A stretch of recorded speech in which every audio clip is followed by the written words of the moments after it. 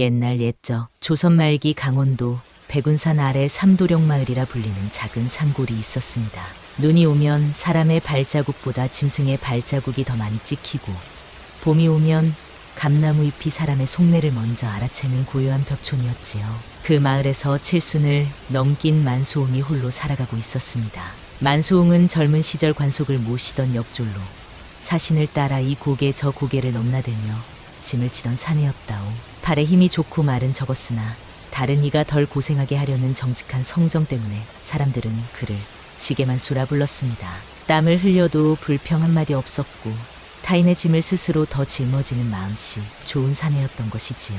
지게질 10년이면 땅이 내려앉고 20년이면 허리가 내려앉는다더니 만수 형님은 30년을 지고도 여전히 백운산 정상만큼이나 꼿꼿하구려.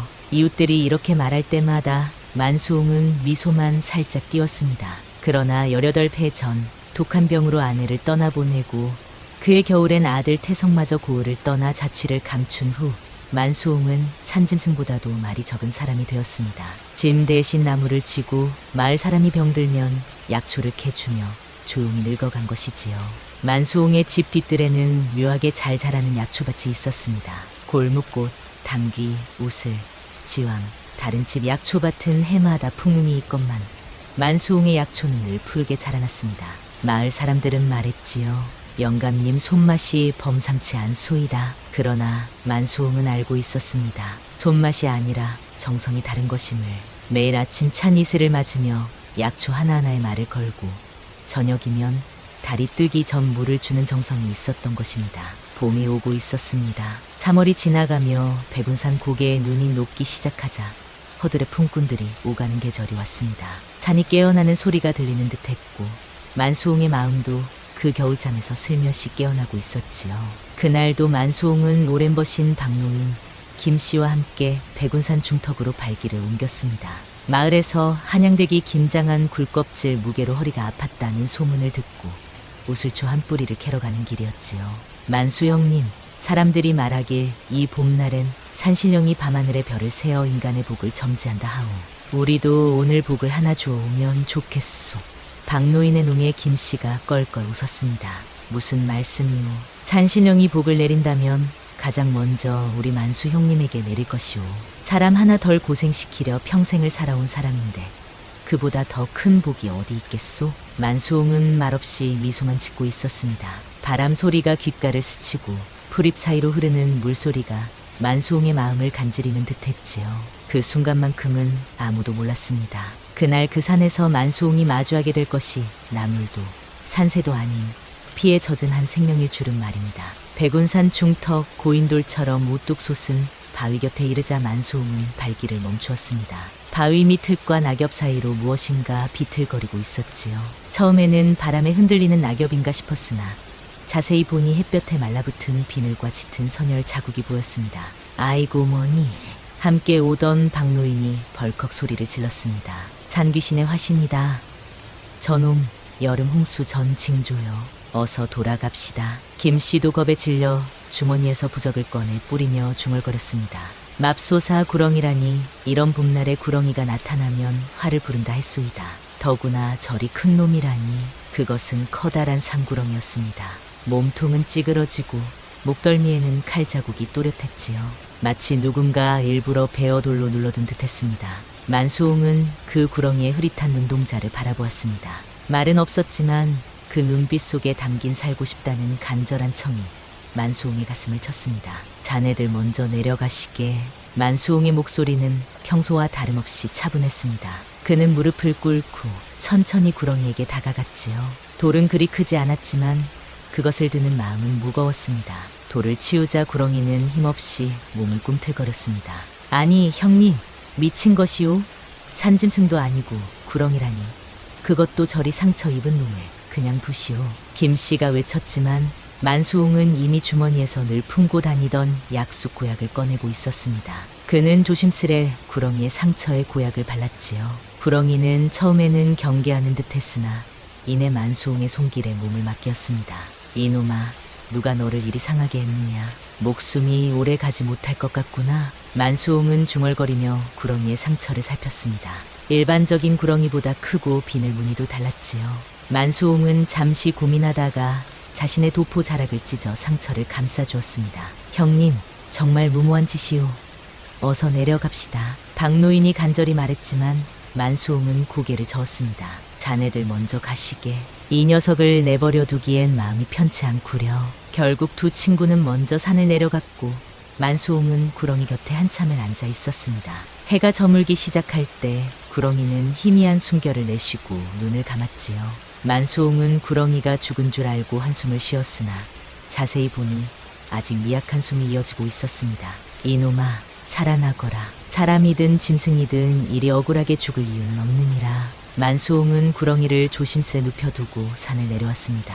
그날 밤 만수홍은 이상한 꿈을 꾸었지요. 흰갓을 쓴 노인이 안개 속에서 다가와 말했습니다. 짐승이라도 진심은 통하는 법이라오. 자네가 귀인을 살렸으니 복은 자네에게 돌아가리라. 그날 이후 만수홍의 집에는 기이한 일들이 하나둘 벌어지기 시작했습니다. 마당과 텃밭에 묵은 두릅대와 더덕이 며칠 새 줄기를 치고 자라나더니 봄볕을 받아 싱그럽게 피어났지요. 평소 같으면 한 달이 넘게 걸릴 일이 불과 며칠 만에 일어난 것입니다. 이게 웬일이오? 작년에 심어두고 잊고 있던 것인데. 만수홍은 고개를 갸우뚱하며 그 모습을 바라보았습니다. 이웃들도 놀라움을 감추지 못했지요. 만수 어르신네 텃밭은 날이 갈수록 기운이 넘치시니 참으로 신기합니다. 저희 집 텃밭은 아직 움직임이 없는데 말입니다. 어느 장날 만수홍이 산초기름을 팔러 갔을 때였습니다. 서울에서 내려온 상단 사환이 만수홍의 산초기름을 보더니 눈을 크게 뜨고 말했지요. 이 영감님 거라면 무조건 사겠소이다. 이토록 맑고 향기로운 산초기름은 한양장안에서도 보기 드문 물건이옵니다. 장터 주모는 만수홍에게 쌀술 한 사발을 내주며 덕담을 붙였습니다. 영감님, 등 뒤에 복기운이 붙었으다. 올해는 좋은 일이 많을게요. 자, 한 잔 들으시지요. 만수홍은 쑥스러워하며 고개를 저었습니다. 이런 일들이 계속되자 마을 사람들 사이에서는 얼마 전 만수홍이 산에서 구렁이를 살린 일이 소문이 나기 시작했습니다. 만수 영감은 산신령의 사자를 구하신 게지. 백운산 구렁이가 보통 구렁이가 아니라던데. 어느 날 이웃 마을에서 새로 이사 온 윤씨 과부가 만수홍을 찾아왔습니다. 윤분이는 만수홍과 40년 전 파혼으로 헤어진 인연이었지요. 세월이 흘러 이제는 얼굴에 주름이 깊게 패이고 머리카락에 서리가 내렸지만 눈빛만은 예전 그대로였습니다. 만수 어르신, 장독대가 뒤집혀 고추장이 엎어졌는데 혹 집단 하나 얻을 수 있을까요? 윤분이의 목소리는 조심스럽고 낮았지만 그 안에 담긴 설렘은 숨길 수 없었습니다. 만수홍은 그녀를 한참 바라보다가 날없이 뒤뜰로 가서 집단을 가져왔지요. 여기 있소.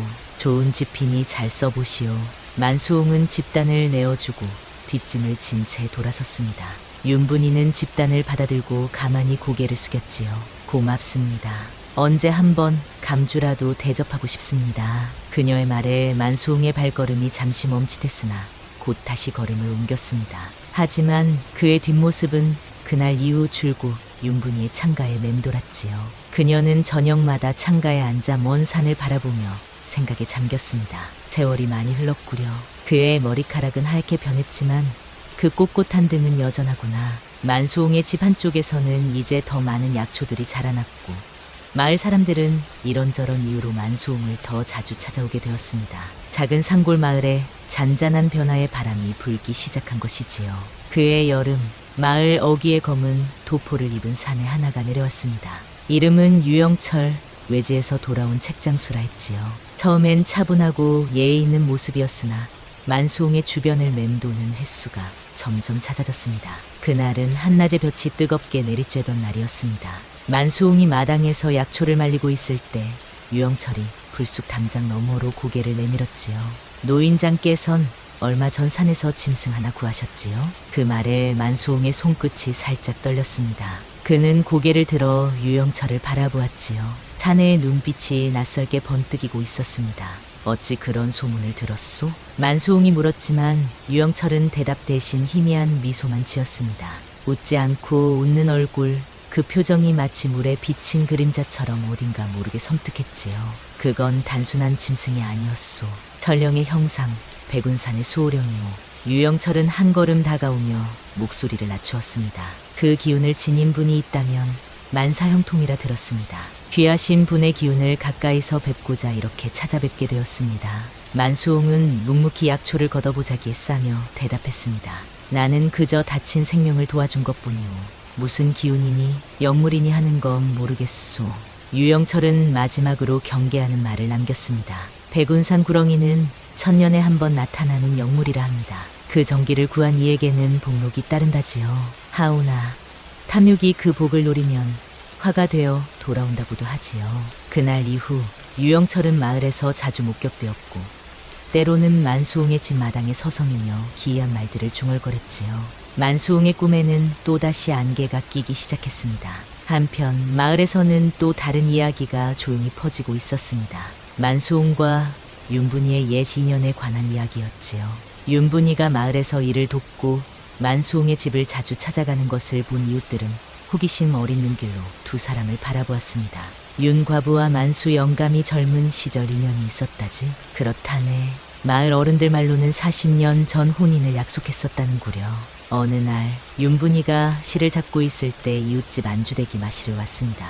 윤 과부, 정말 만수 영감을 전부터 아셨던 것이오? 윤분이는 잠시 실 잡는 손을 멈추고 먼 산을 바라보았습니다. 그녀의 눈가에 세월의 그림자가 깃들어 있었지요.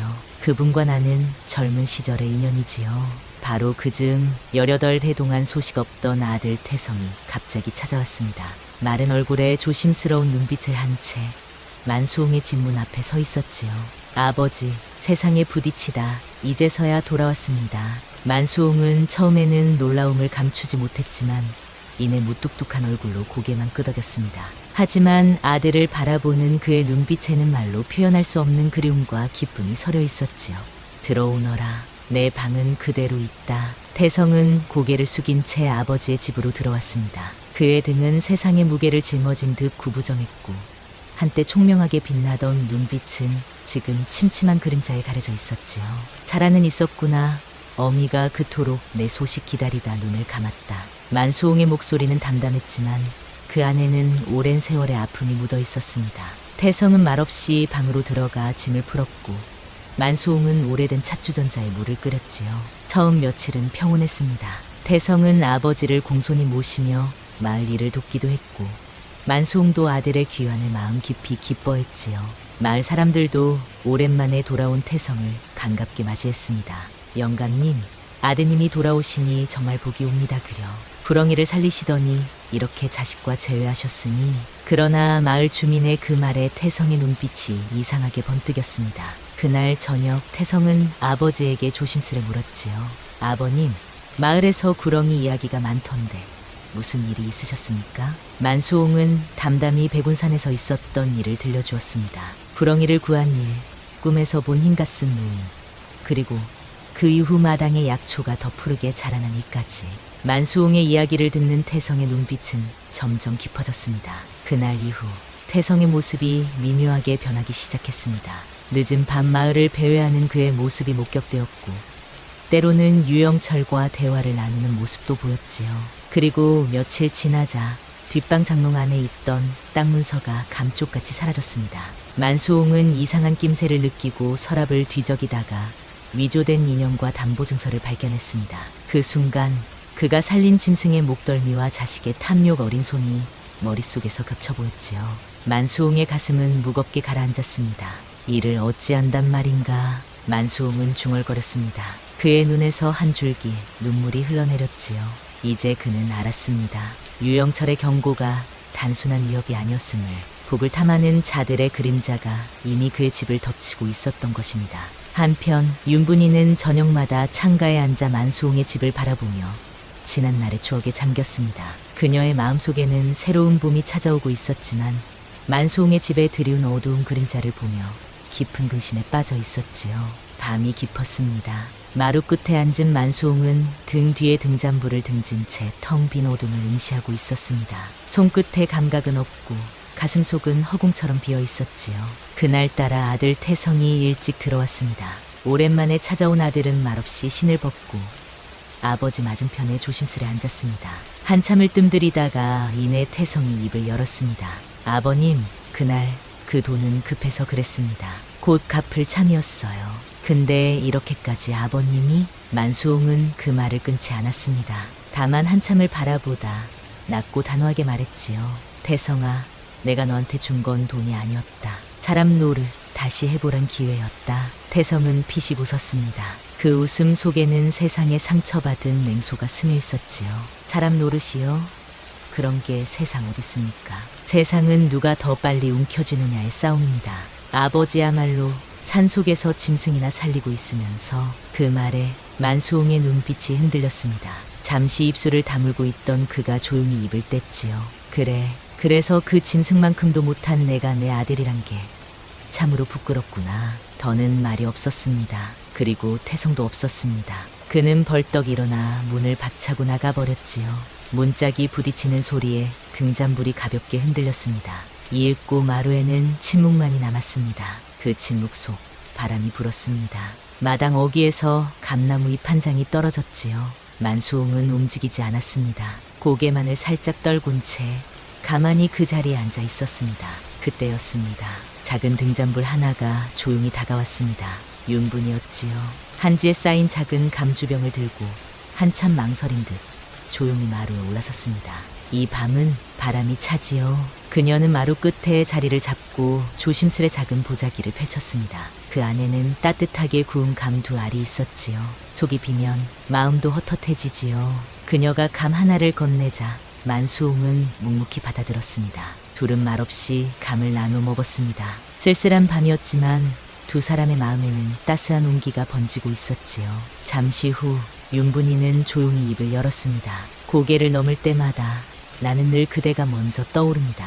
그 시절엔 나는 아무것도 지킬 수 없었지만 지금은 내 마음 하나만큼은 꼭 지켜내고 싶습니다. 만수홍은 잠시 고개를 떨구고 있더니 이내 중얼거렸습니다. 나는 늙었소. 사람들 말로는 산귀신이나 구한다고 하더고 자네까지 날 안쓰럽게 보진 말아줘. 윤분이는 조용히 고개를 저으며 웃었습니다. 그 미소는 달빛처럼 은은하게 번졌지요. 그대는 누구를 살린 것이 아닙니다. 지금 이 순간 그대와 나란히 숨쉬는 이 작은 밤이 내겐 삶을 살린 것입니다. 그녀는 감주를 따라 작은 잔을 내밀었습니다. 그 잔에 담긴 감주는 달빛처럼 투명하게 빛났지요. 이 잔은 살아있음에 대한 감사요. 그대와 다시 마주한 오늘 밤에 대한 고마움이기도 하지요. 만수홍은 그 잔을 받아들었습니다. 잔 속의 투명한 술은 마치 달빛처럼 흔들렸지요. 그의 손끝이 오래전 놓쳤던 따스함을 천천히 다시 움켜쥐었습니다.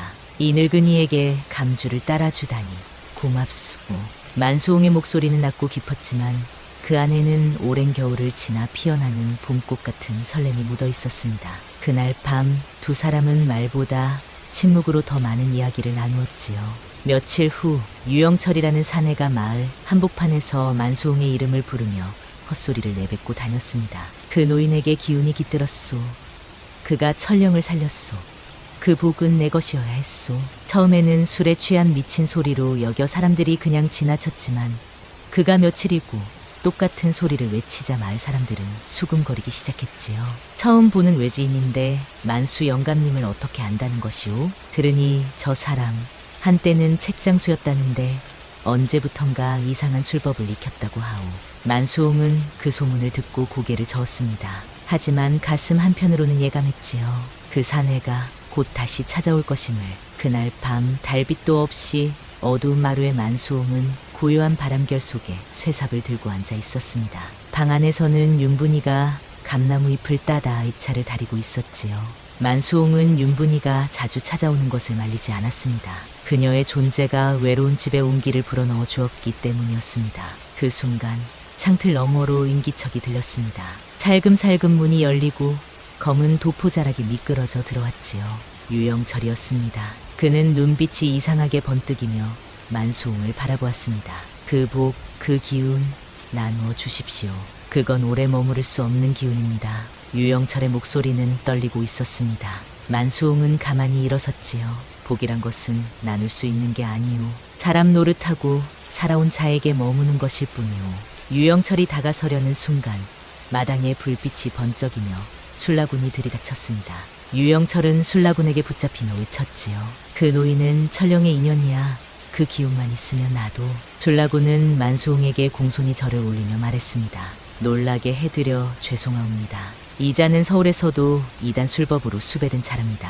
복을 탐해 사람을 덮치려 한 죄가 큽니다. 졸라군의 말을 들으니 유영철은 각지에서 신묘한 것을 얻었다는 이들을 찾아다니며 해코지를 해왔다고 합니다. 구렁이를 해친 것도 그였을까요?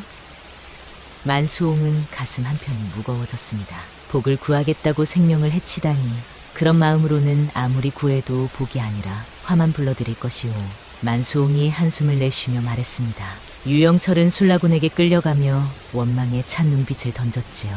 그날 밤 윤분이는 말없이 만수홍의 삽을 받아들고 마루 옆에 내려놓았습니다. 그 손길이 바람보다 따뜻했습니다. 복이란 무엇일까요? 윤분이가 문득 물었습니다. 만수홍은 하늘을 올려다보았지요. 내 생각엔 복이란 것은 가진 것이 아니라 베푸는 것이 아닐까 싶소.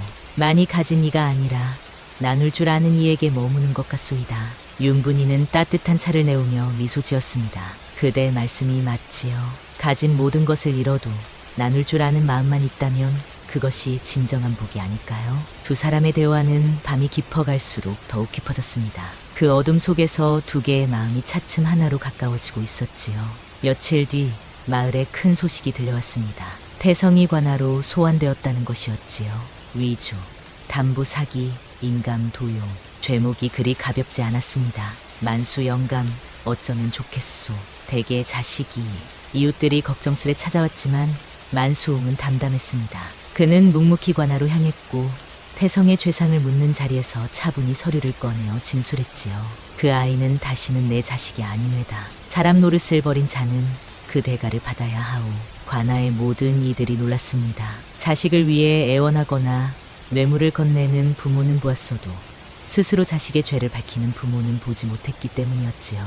노인장의 결단이 놀랍습니다만 그렇게 하시면 대개 자식은 아래옵기 황송하오나 사또 어른, 이미 제 마음속에서는 자식이 아니옵니다.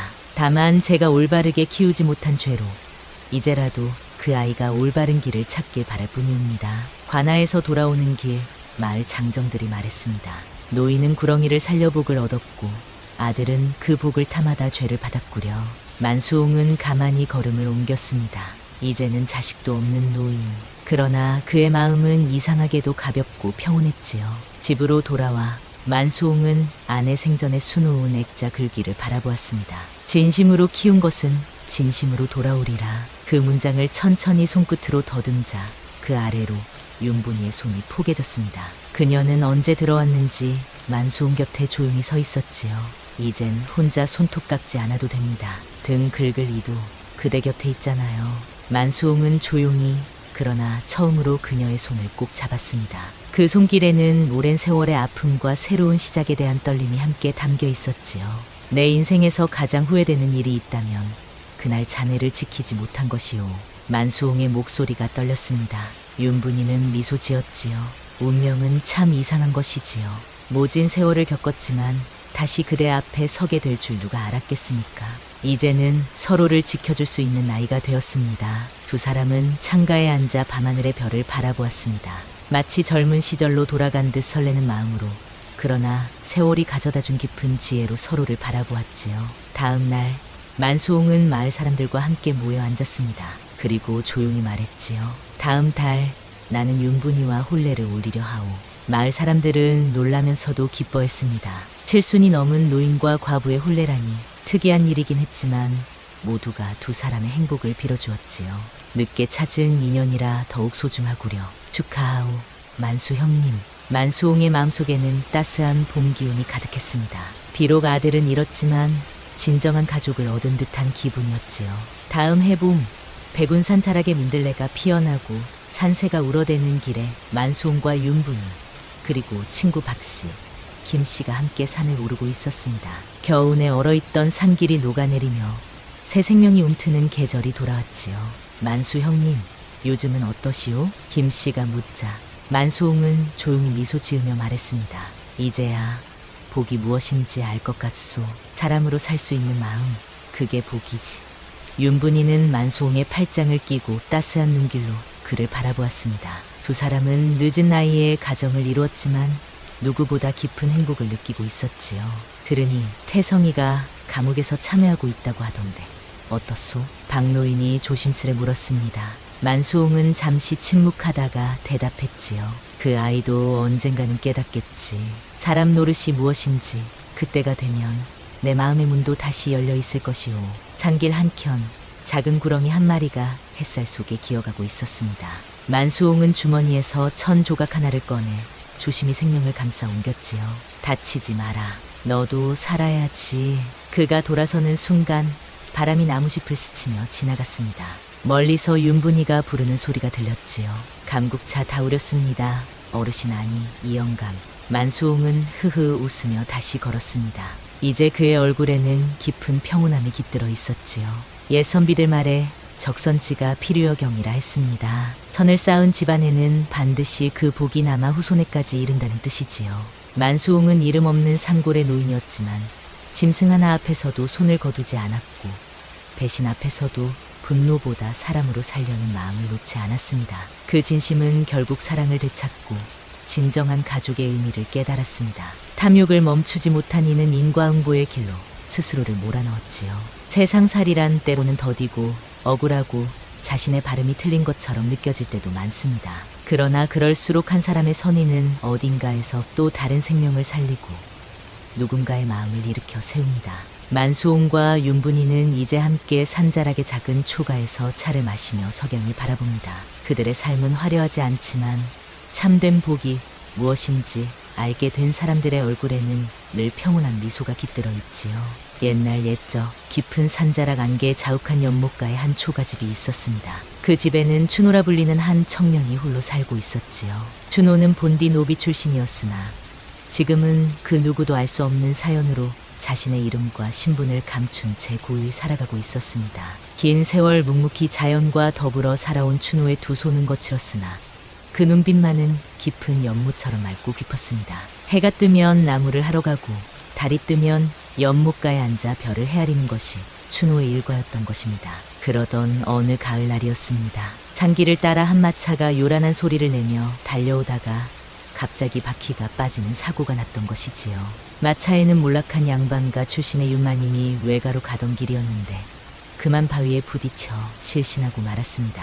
마부는 어찌할 바를 몰라 헤매다가 연못가 초가집을 발견하고 윤마님을 부축해 데려왔습니다. 이보시오 주인장, 큰일 났소이다. 마님께서 마차 사고로 정신을 잃으셨소. 어서 도와주시오.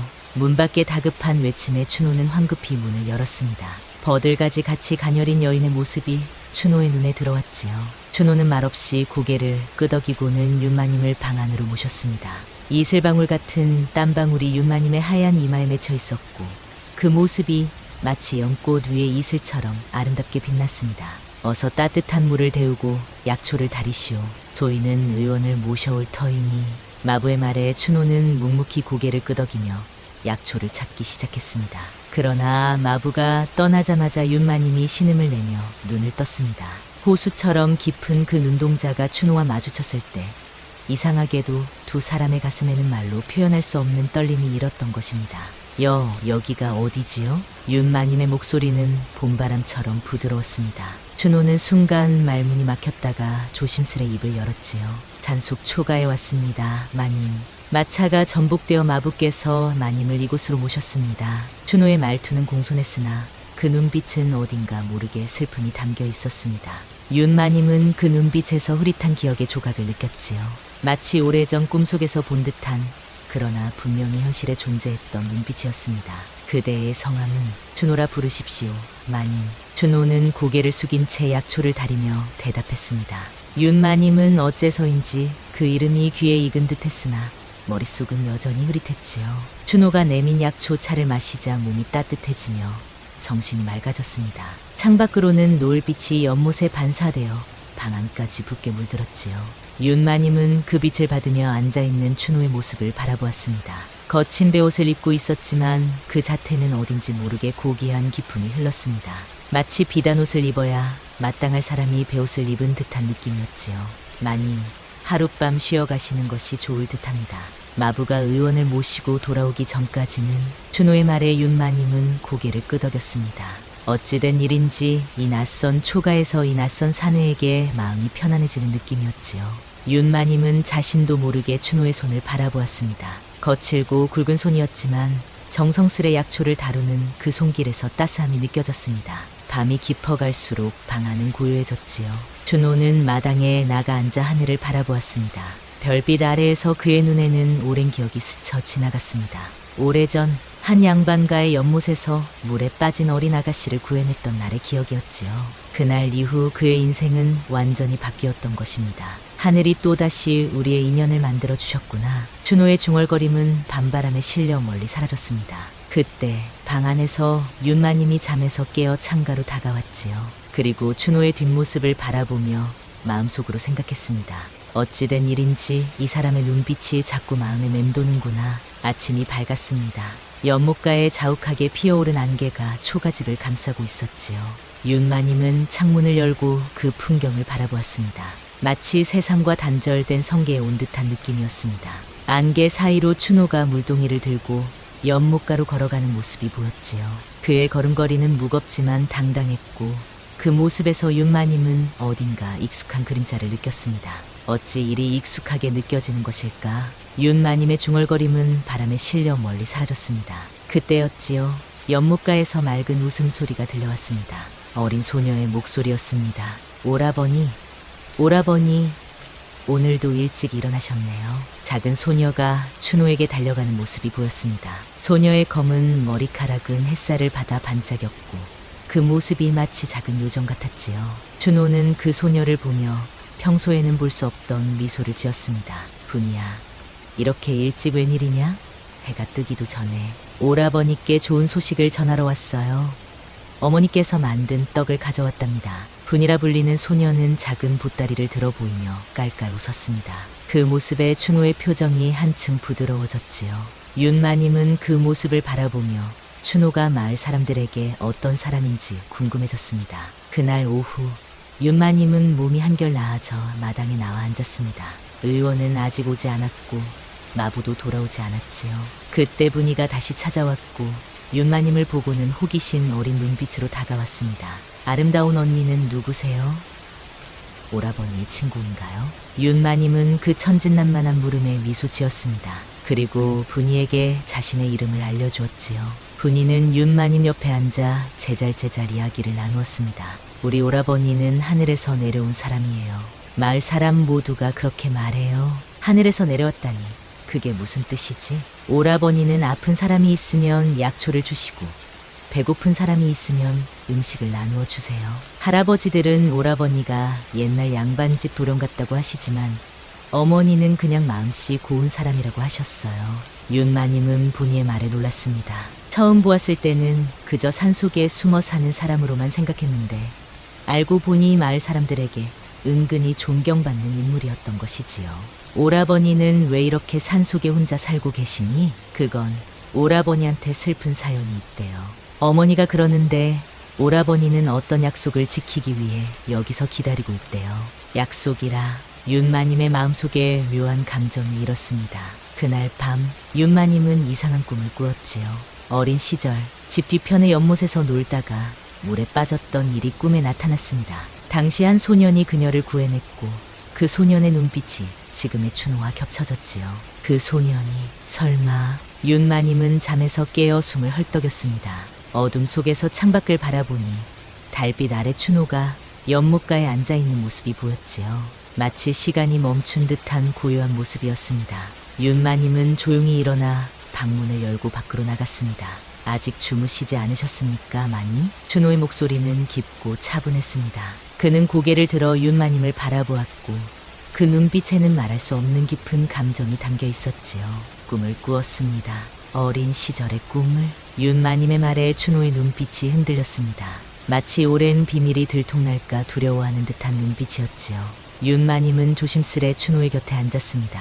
혹시 당신을 어디선가 만난 적이 있을까요? 춘호는 잠시 침묵하다가 고개를 들어 달을 바라보았습니다. 그리고는 조용히 말했지요. 인연이란 것은 참으로 묘한 것이지요. 물에 비친 달은 진짜 달이 아니지만 그 모습은 달과 같습니다. 마님께서 보신 그 꿈도 어쩌면 진짜 기억일 수도 있고 그저 꿈일 수도 있지요. 춘호의 말은 직접적인 대답이 아니었지만 윤마님의 가슴은 더욱 요동쳤습니다. 두 사람 사이에 흐르는 침묵은 말보다 더 많은 것을 전하고 있었지요. 다음 날 아침 윤마님이 일어났을 때 춘호는 이미 마당에서 나무를 패고 있었습니다. 그의 단단한 팔뚝에서 흐르는 땀방울이 아침 햇살에 반짝였지요. 윤마님은 그 모습을 바라보며 자신도 모르게 붉어지는 뺨을 느꼈습니다. 세상에 내가 무슨 생각을. 윤마님은 얼른 시선을 돌렸지만 그 마음은 이미 춘호를 향해 기울어지고 있었습니다. 이상하게도 이 산속 초가집에서 보내는 시간이 길어질수록 윤마님의 마음은 더욱 편안해졌지요. 마치 오래전부터 알고 있던 곳에 돌아온 듯한 기분이었습니다. 춘호 역시 윤마님의 존재에 점점 마음이 흔들렸습니다. 매일 밤 그는 연못가에 앉아 별을 세며 오래전 약속을 떠올렸지요. 그리고 이제 그 약속이 이루어질 수 있을지 아니면 영원히 지켜지지 못할지 고민했습니다. 오라버니, 오늘도 별을 세고 계세요? 분이가 다시 찾아와 춘호 옆에 앉았습니다. 춘호는 미소 지으며 고개를 끄덕였지요. 별을 세는 건 내 오랜 습관이란다. 그 언니가 오라버니를 자꾸 쳐다보던데요. 언니도 오라버니를 좋아하나 봐요. 분이의 천진난만한 말에 춘호는 웃음을 터뜨렸습니다. 그리고 분이의 머리를 쓰다듬으며 말했지요. 어른들의 마음은 별처럼 복잡한 법이란다, 분이야. 별이 왜 복잡해요? 그냥 반짝반짝 예쁘기만 한데. 그래, 내 말이 맞구나. 어른들이 복잡하게 생각하는 거지. 춘호의 눈에는 씁쓸함이 스쳤습니다. 별은 단순히 반짝이는 것뿐이지만 사람의 마음은 신분과 관습이라는 두꺼운 벽에 가로막히는 법이었으니까요. 나날이 깊어가는 정이었습니다. 산속 초가에서 함께 보내는 시간이 길어질수록 춘호와 윤마님 사이에는 말로 표현할 수 없는 감정이 자라났지요. 비록 입으로는 말하지 않았으나 그들의 눈빛과 손길에는 이미 깊은 마음이 담겨 있었습니다. 그러던 어느 날 마침내 마을에서 의원과 하인들이 윤마님을 찾아왔습니다.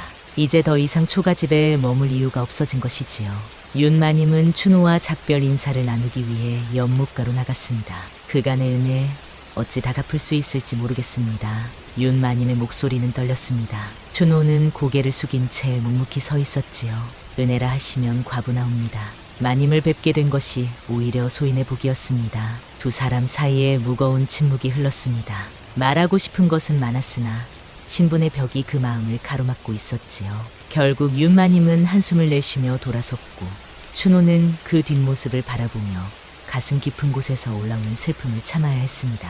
마을로 내려간 윤마님은 외가의 종가에 머물게 되었습니다. 그러나 그녀의 마음은 여전히 산속 초가집에 남아 있었지요. 창밖의 달을 바라볼 때면 연못가에 앉아있던 춘호의 모습이 떠올랐습니다. 아가씨, 요즘 들어 얼굴색이 좋지 않으십니다.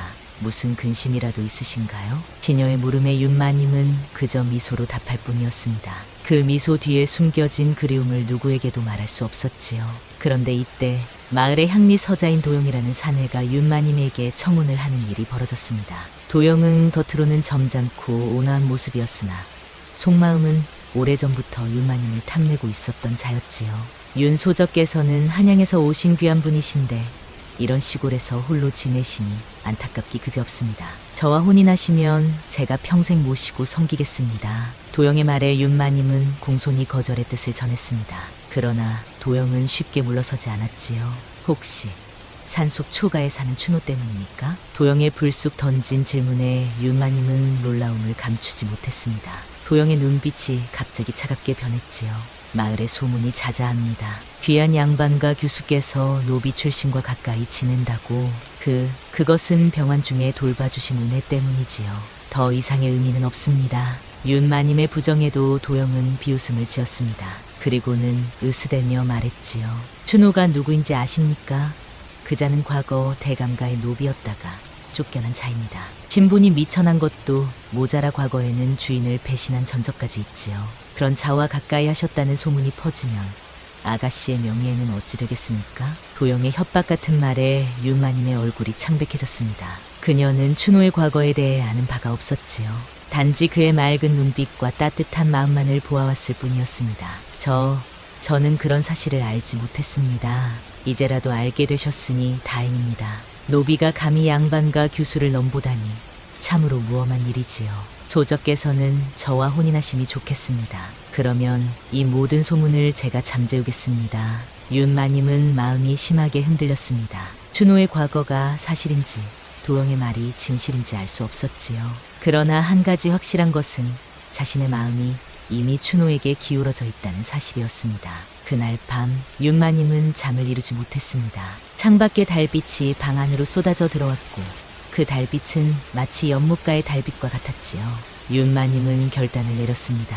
다음 날 아침 일찍 그녀는 몰래 산길을 올라 초가집으로 향했습니다. 그러나 그곳에 도착했을 때 뜻밖의 광경이 펼쳐졌습니다. 도형과 그의 하인들이 춘호를 둘러싸고 있었던 것이지요. 노비 주제의 양반 교수를 유혹했다는 소문이 사실이더냐? 도형의 목소리는 날카로웠습니다.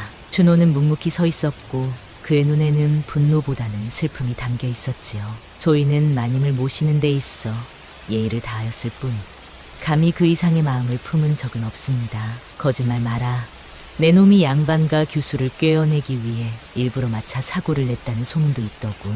도영의 아기에 찬 모함에 춘호의 얼굴이 굳어졌습니다. 윤마님은 더 이상 참지 못하고 그들 앞에 나섰지요. 그만하시오. 그런 모함을 어찌 함부로 퍼뜨리시오? 윤마님의 갑작스러운 등장에 모두가 놀랐습니다.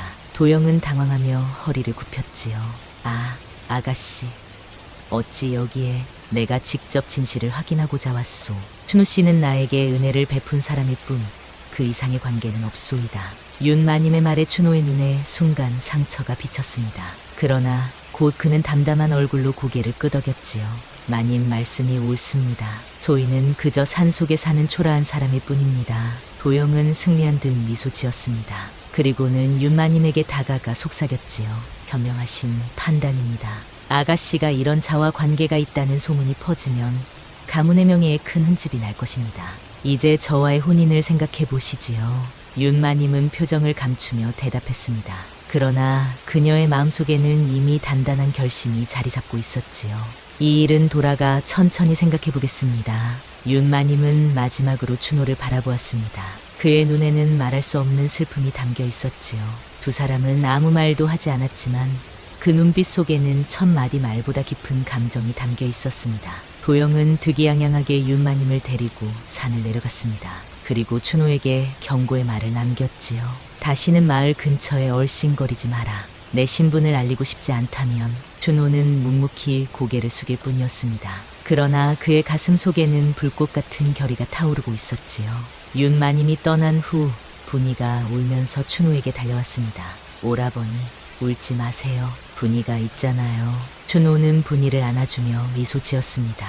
그러나 그 미소 뒤에는 깊은 고뇌가 숨겨져 있었지요. 춘호 오라버니, 그 나쁜 양반이 언니를 데려갔어요. 우리가 구해줘야 해요. 분이야, 세상에는 넘지 말아야 할 강이 있단다. 양반과 상민 사이의 강은 아무리 헤엄을 쳐도 건널 수 없는 법이지. 춘호의 말에 분이는 고개를 저었습니다. 그리고 순진한 눈으로 말했지요. 오라버니가 정말 좋아하는 사람이라면 강도 건널 수 있어요. 분이는 알아요. 춘호는 그 말에 가슴이 저렸습니다. 어쩌면 이 어린아이의 말이 진리일지도 모른다는 생각이 들었지요. 마을로 돌아온 윤마님의 나날은 고뇌로 가득 찼습니다. 매일 밤 창가에 앉아 달을 바라보며 춘호의 모습을 그리워했지요. 그러나 도영의 집요한 구애는 날이 갈수록 심해져만 갔습니다. 마을 사람들 사이에서는 이미 두 사람의 혼인 이야기가 자자했고 윤마님의 외가 친척들도 이혼사를 긍정적으로 바라보고 있었습니다.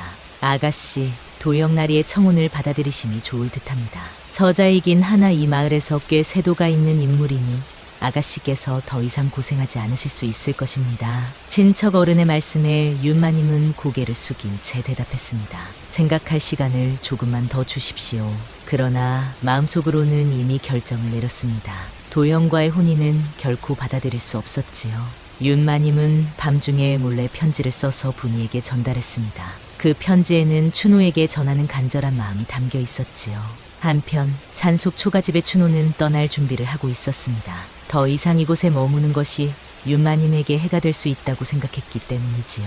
그는 오래도록 간직해온 작은 나무 상자를 꺼내 열어보았습니다. 그 안에는 어린 시절 윤마님을 구했던 날의 기억이 담긴 작은 비단 조각이 들어 있었습니다. 이제 정말 모든 것을 포기해야 하는 걸까? 춘호의 중얼거림은 깊은 한숨과 함께 사라졌습니다. 그때 분이가 숨을 헐떡이며 달려왔지요. 오라버니, 큰일 났어요. 도영이, 천천히 말해보거라, 분이야. 무슨 일이 있었니? 도영이 오라버니 집에 불을 지르려고 해요. 제가 마을에서 우연히 들었어요. 오늘 밤에 사람들을 데리고 올 거래요. 준호의 얼굴이 창백해졌습니다. 그러나 그는 곧 침착하게 분이의 어깨를 잡았지요. 분이야, 듣고 있느냐? 지금 당장 마을로 돌아가서 윤마님께 이 소식을 전하거라. 그리고 마을 원로께도 알려드리고, 오라버니는요? 나는 여기서 도영을 기다릴 것이다. 분이는 눈물을 흘리며 고개를 저었습니다. 그러나 춘호의 단호한 눈빛에 결국 달려갔지요. 춘호는 깊은 숨을 내쉬며 초가집을 둘러보았습니다. 이곳에서의 추억이 주마등처럼 스쳐 지나갔지요. 해가 저물고 어둠이 깔리기 시작했습니다. 춘호는 조용히 연못가에 앉아 별을 세고 있었지요. 그때 멀리서 횃불빛이 보였습니다. 도형과 그의 하인들이 산을 오르고 있었던 것입니다. 준호, 어디 있느냐? 나와 보거라. 도영의 거친 목소리가 산속에 울려 퍼졌습니다. 준호는 천천히 일어나 초가집 앞으로 나갔지요. 왜 이리 늦은 시각에 오셨습니까? 나리? 준호의 차분한 목소리에 도영은 비웃음을 지었습니다. 그의 눈에는 이미 술기운이 가득했지요. 내 놈을 처리하러 왔다. 아직도 윤소저가 내 놈을 잊지 못해 내 청혼을 거절하는구나. 그러니 없애야겠다. 방해물은. 도영의 말에 하인들이 웃음을 터뜨렸습니다. 준호는 묵묵히 서 있다가 천천히 말했지요. 마님께서 나 때문에 거절하셨다면 그건 나리의 탓이지 소인의 탓이 아닙니다. 사람의 마음은 강제로 얻을 수 없는 법이지요. 준호의 말에 도영의 얼굴이 불그락불락 변했습니다. 그는 하인들에게 소리쳤지요. 저놈을 묶어라. 그리고 이 초가에 불을 질러라. 하인들이 준호에게 달려들었습니다. 준호는 맨몸으로 그들과 맞서 싸웠지만 수적 열쇠로 결국 묶이고 말았지요. 도영은 횃불을 들고 초가집을 향해 다가갔습니다. 이것으로 끝이다. 내 흔적을 모두 지워버리겠다. 도영이 횃불을 던지려는 순간 산길에서 말 타는 소리가 들려왔습니다. 윤마님이 마을 원로들과 함께 달려오고 있었지요. 멈추시오, 도형 나리. 윤마님의 단호한 목소리에 모두가 놀라 돌아보았습니다. 도영은 당황하며 횃불을 감추려 했지요. 아, 아가씨. 어찌 이런 곳에 나의 목숨을 구한 은인을 이렇게 해코지하려 하시오? 이것이 양반의 도리입니까? 윤마님의 말에 도영은 얼굴이 새하얘졌습니다. 마을 원로들이 그를 엄중히 바라보고 있었지요. 무슨 말씀이십니까, 아가씨? 이자는 천한 노비 출신이 아닙니까? 그는 노비가 아닌 내 목숨을 2번이나 구한 인연입니다. 윤마님은 떨리는 목소리로 말했습니다. 그리고 춘우에게 다가가 그를 묶은 밧줄을 풀어주었지요. 오래전 어린 시절 저는 집 뒤편 연못에 빠져 죽을 뻔했습니다. 그때 저를 구해준 이가 바로 춘우였습니다. 그리고 이번에 마차 사고로 다시 한번 제 목숨을 구해주셨지요. 원로들은 놀라움을 감추지 못했습니다. 도영은 발버둥치며 변명했지요. 그런 일이 있었다 해도 이자는 정체불명의 천민이 아닙니까? 소저께서는 저와 혼인하시니 도형 나리의 청혼은 이미 거절했습니다. 더 이상 강요하지 마십시오. 윤마님의 단호한 태도에 도영은 분노로 가득 찬 눈빛을 보냈습니다. 그는 최후의 수단을 쓰기로 했지요. 아가씨, 마지막으로 한 번만 더 생각해 보십시오. 저와 혼인하시면 이 모든 일을 없던 것으로 하겠습니다. 그렇지 않으면 아가씨의 가문 명예가 어찌 될지. 그러나 이번에도 윤마님은 단호했습니다. 그녀는 춘호의 손을 굳게 잡고 말했지요. 내 명예보다 소중한 것은 진심입니다. 당신의 협박에 굴하지 않겠습니다. 도영은 더 이상 할 말을 잃었습니다. 마을 원로들은 그를 엄중히 꾸짖었지요. 도형, 내가 한 일이 무엇인지 아느냐? 남의 집에 불을 지르려 한 것은 중죄에 해당한다.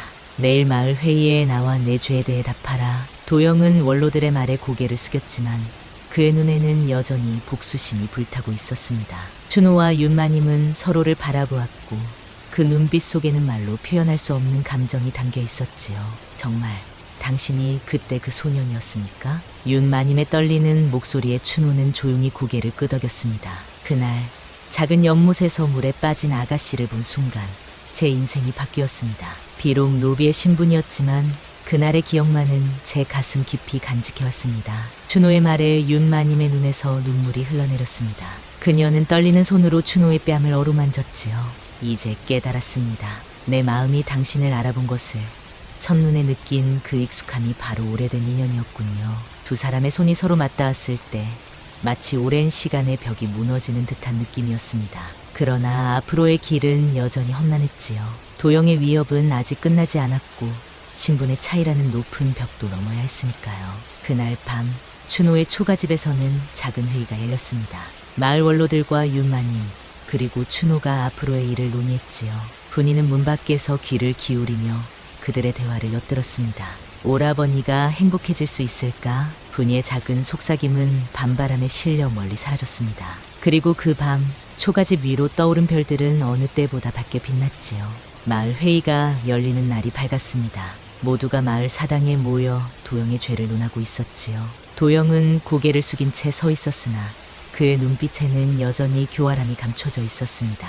도영, 내 죄를 어찌 설명할 것이냐? 무고한 사람의 집에 불을 지르려 한 것은 중대한 범죄이니라. 원로의 목소리는 엄중했습니다. 도영은 가식적인 뉘우침의 표정을 지으며 대답했지요. 원로님, 소인의 잘못입니다. 술에 취해 정신을 잃었던 것 같습니다. 그러나 하나 분명히 말씀드려야 할 것이 있습니다. 말해보거라. 춘호라는 자의 정체가 의심스럽습니다. 그가 과연 자신이 말하는 대로 양반가의 하인 출신인지 아니면 다른 배경을 가진 인물인지 확인이 필요합니다. 도영의 말에 사람들이 웅성거렸습니다. 춘호는 묵묵히 서 있었고 윤마님은 불안한 눈빛으로 그를 바라보았지요. 이때 마을 관아에서 한 사령이 서둘러 들어왔습니다. 원로님, 한양에서 전령이 도착했습니다. 윤소저의 시가에서 보낸 문서라 합니다. 사람들의 이목이 일제히 그쪽으로 쏠렸습니다. 윤마님은 놀란 표정으로 문서를 받아들었지요. 그것은 자신의 남편과의 이혼 서류였습니다. 남편 측에서 이혼을 요구해 온 것이지요. 아가씨, 이게 무슨... 윤마님의 시녀가 놀라서 말했습니다. 윤마님은 슬픔보다는 오히려 해방감을 느꼈지요.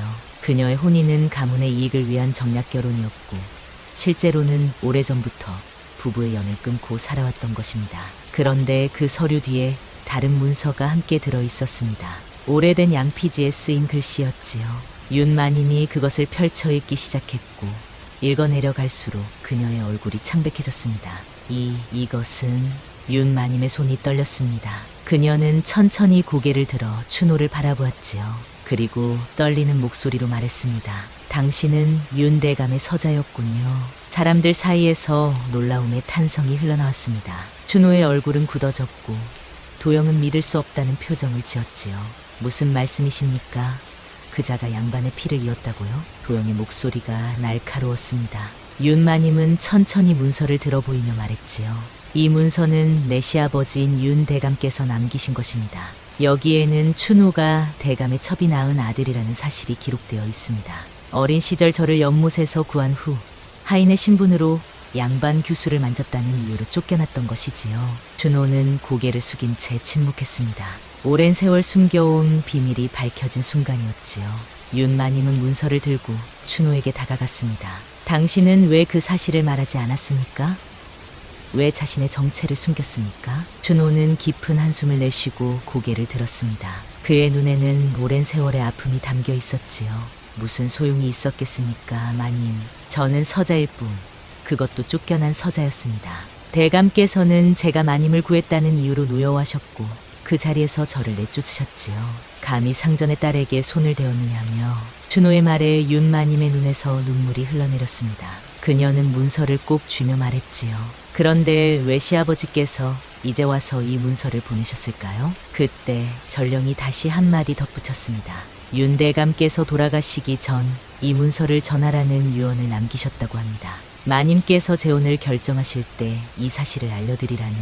윤마님은 놀라움과 감동의 말을 잇지 못했습니다. 결국 대감도 자신의 잘못을 인정하고 마지막으로 선행을 베푼 것이었지요. 춘호는 여전히 믿을 수 없다는 표정이었습니다. 저는 모르고 있었습니다. 저도 제 출생의 비밀을 전혀 알지 못했습니다. 다만 어머니께서 돌아가시기 전 내 피는 높은 곳에서 흘러왔다는 말씀만 남기셨을 뿐. 춘호의 고백에 사람들은 숙연해졌습니다. 도영만이 분노에 떨고 있었지요. 거짓말이다. 이것은 모두 조작된 것이다. 어찌 이런 미천한 자가 양반을 핏줄일 수 있단 말인가. 도영의 외침에 원로가 엄중히 꾸짖었습니다. 도영, 내 말은 증거가 없느니라. 반면 이 문서는 윤대감의 친필 도장이 찍혀 있어 진위를 의심할 수 없다. 도영은 발을 구르며 분노했습니다. 그러나 더 이상 할 말이 없었지요.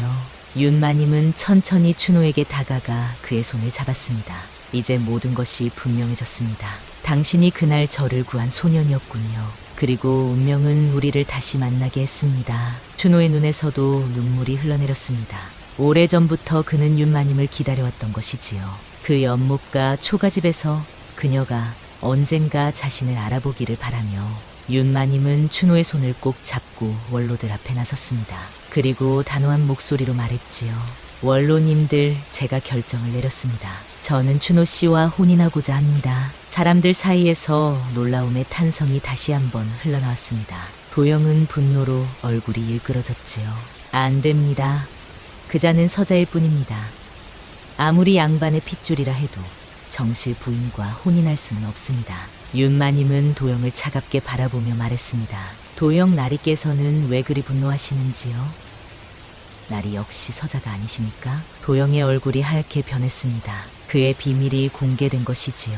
윤마님은 계속해서 말했습니다. 내가 알기로 도영 나리는 향리의 서자로 태어나 양자로 들어갔다 알고 있습니다. 그런 나리께서 다른 서자를 그리 멸시하시는 것은 어찌된 일입니까? 도영은 더 이상 할 말을 잃었습니다. 그의 위선이 만천하에 드러난 순간이었지요. 원로들은 고개를 끄덕이며 윤마님의 말을 받아들였습니다. 아가씨의 말씀이 옳소이다. 사람의 됨됨이는 출생보다 그 마음씨와 행실에 달려있는 법이니라. 춘호는 비록 서자의 신분이지만 그 인품은 누구보다 고결하오. 춘호는 감격에 어쩔 줄 몰라 했습니다. 그는 윤마님의 손을 꼭 잡고 고개를 숙였지요. 마님, 이렇게 저를 인정해 주시니 평생 마님을 받들어 모시겠습니다. 윤마님은 미소 지으며 춘호의 손을 잡았습니다. 그리고 모두가 보는 앞에서 그의 이마에 가볍게 입을 맞추었지요.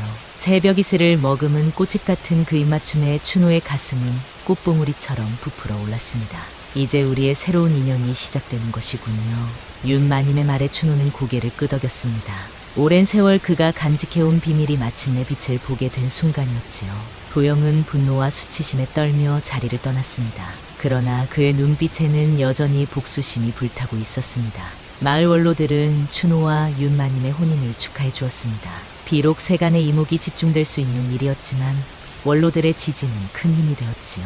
그들은 마을을 떠나 연못가 초가집으로 돌아왔습니다. 연못가에 도착하자 분이가 기쁨에 찬 얼굴로 달려왔습니다.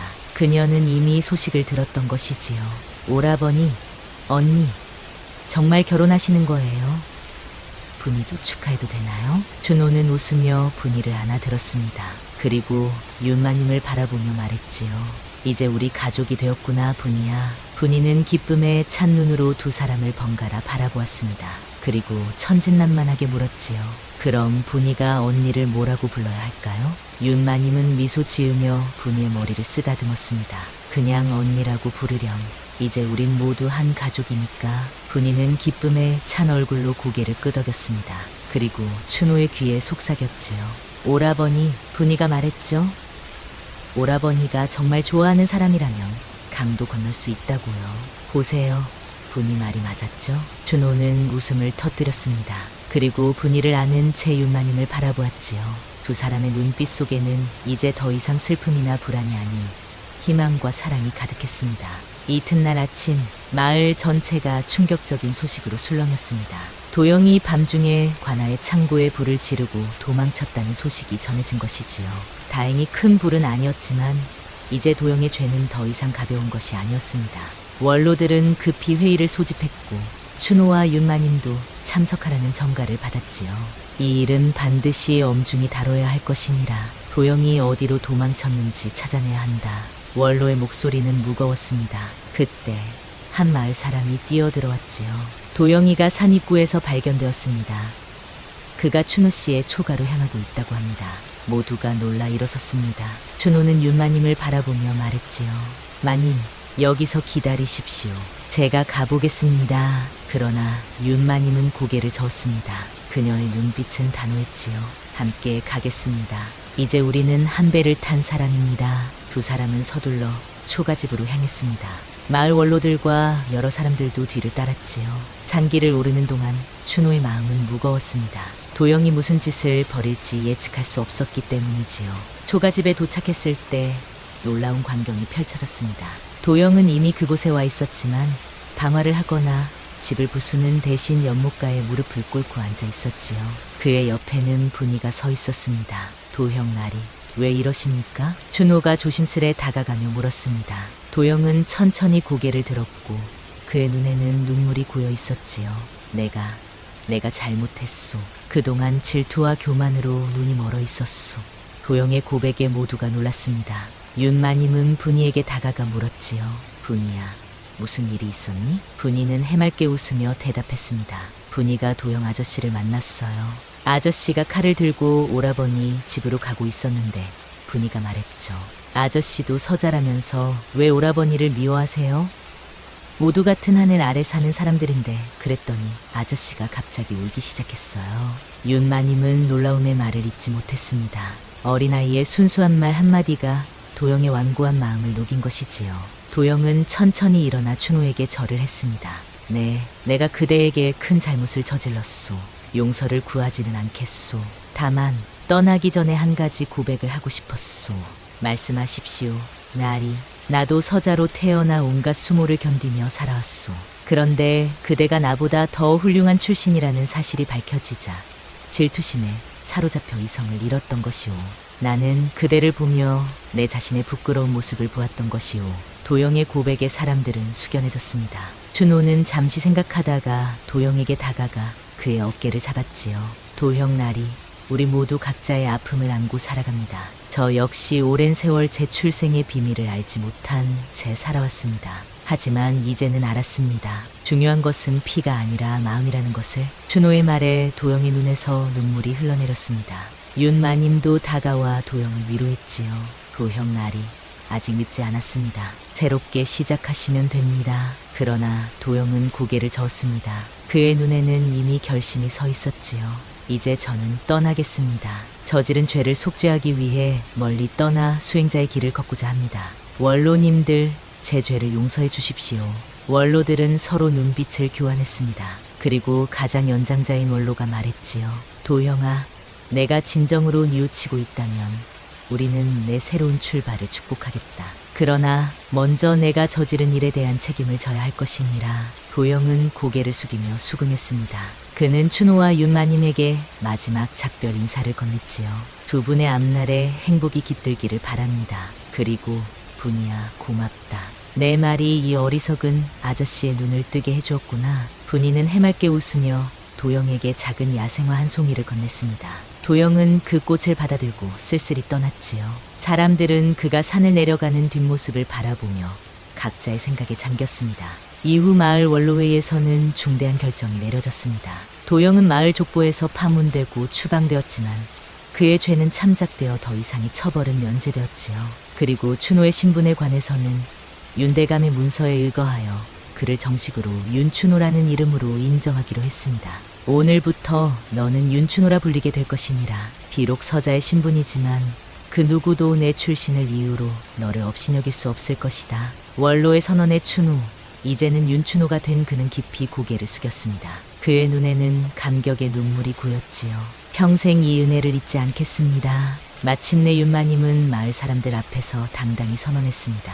이 사람을 내 남편으로 맞이합니다. 비록 세간에 이목이 있을지라도 우리의 인연은 하늘이 맺어준 것이니 누구도 방해할 수 없을 것입니다. 윤마님의 선언에 사람들은 박수를 치며 축하해 주었습니다. 찬바람 불던 연못가에 잔잔한 햇살이 내리기 시작했지요.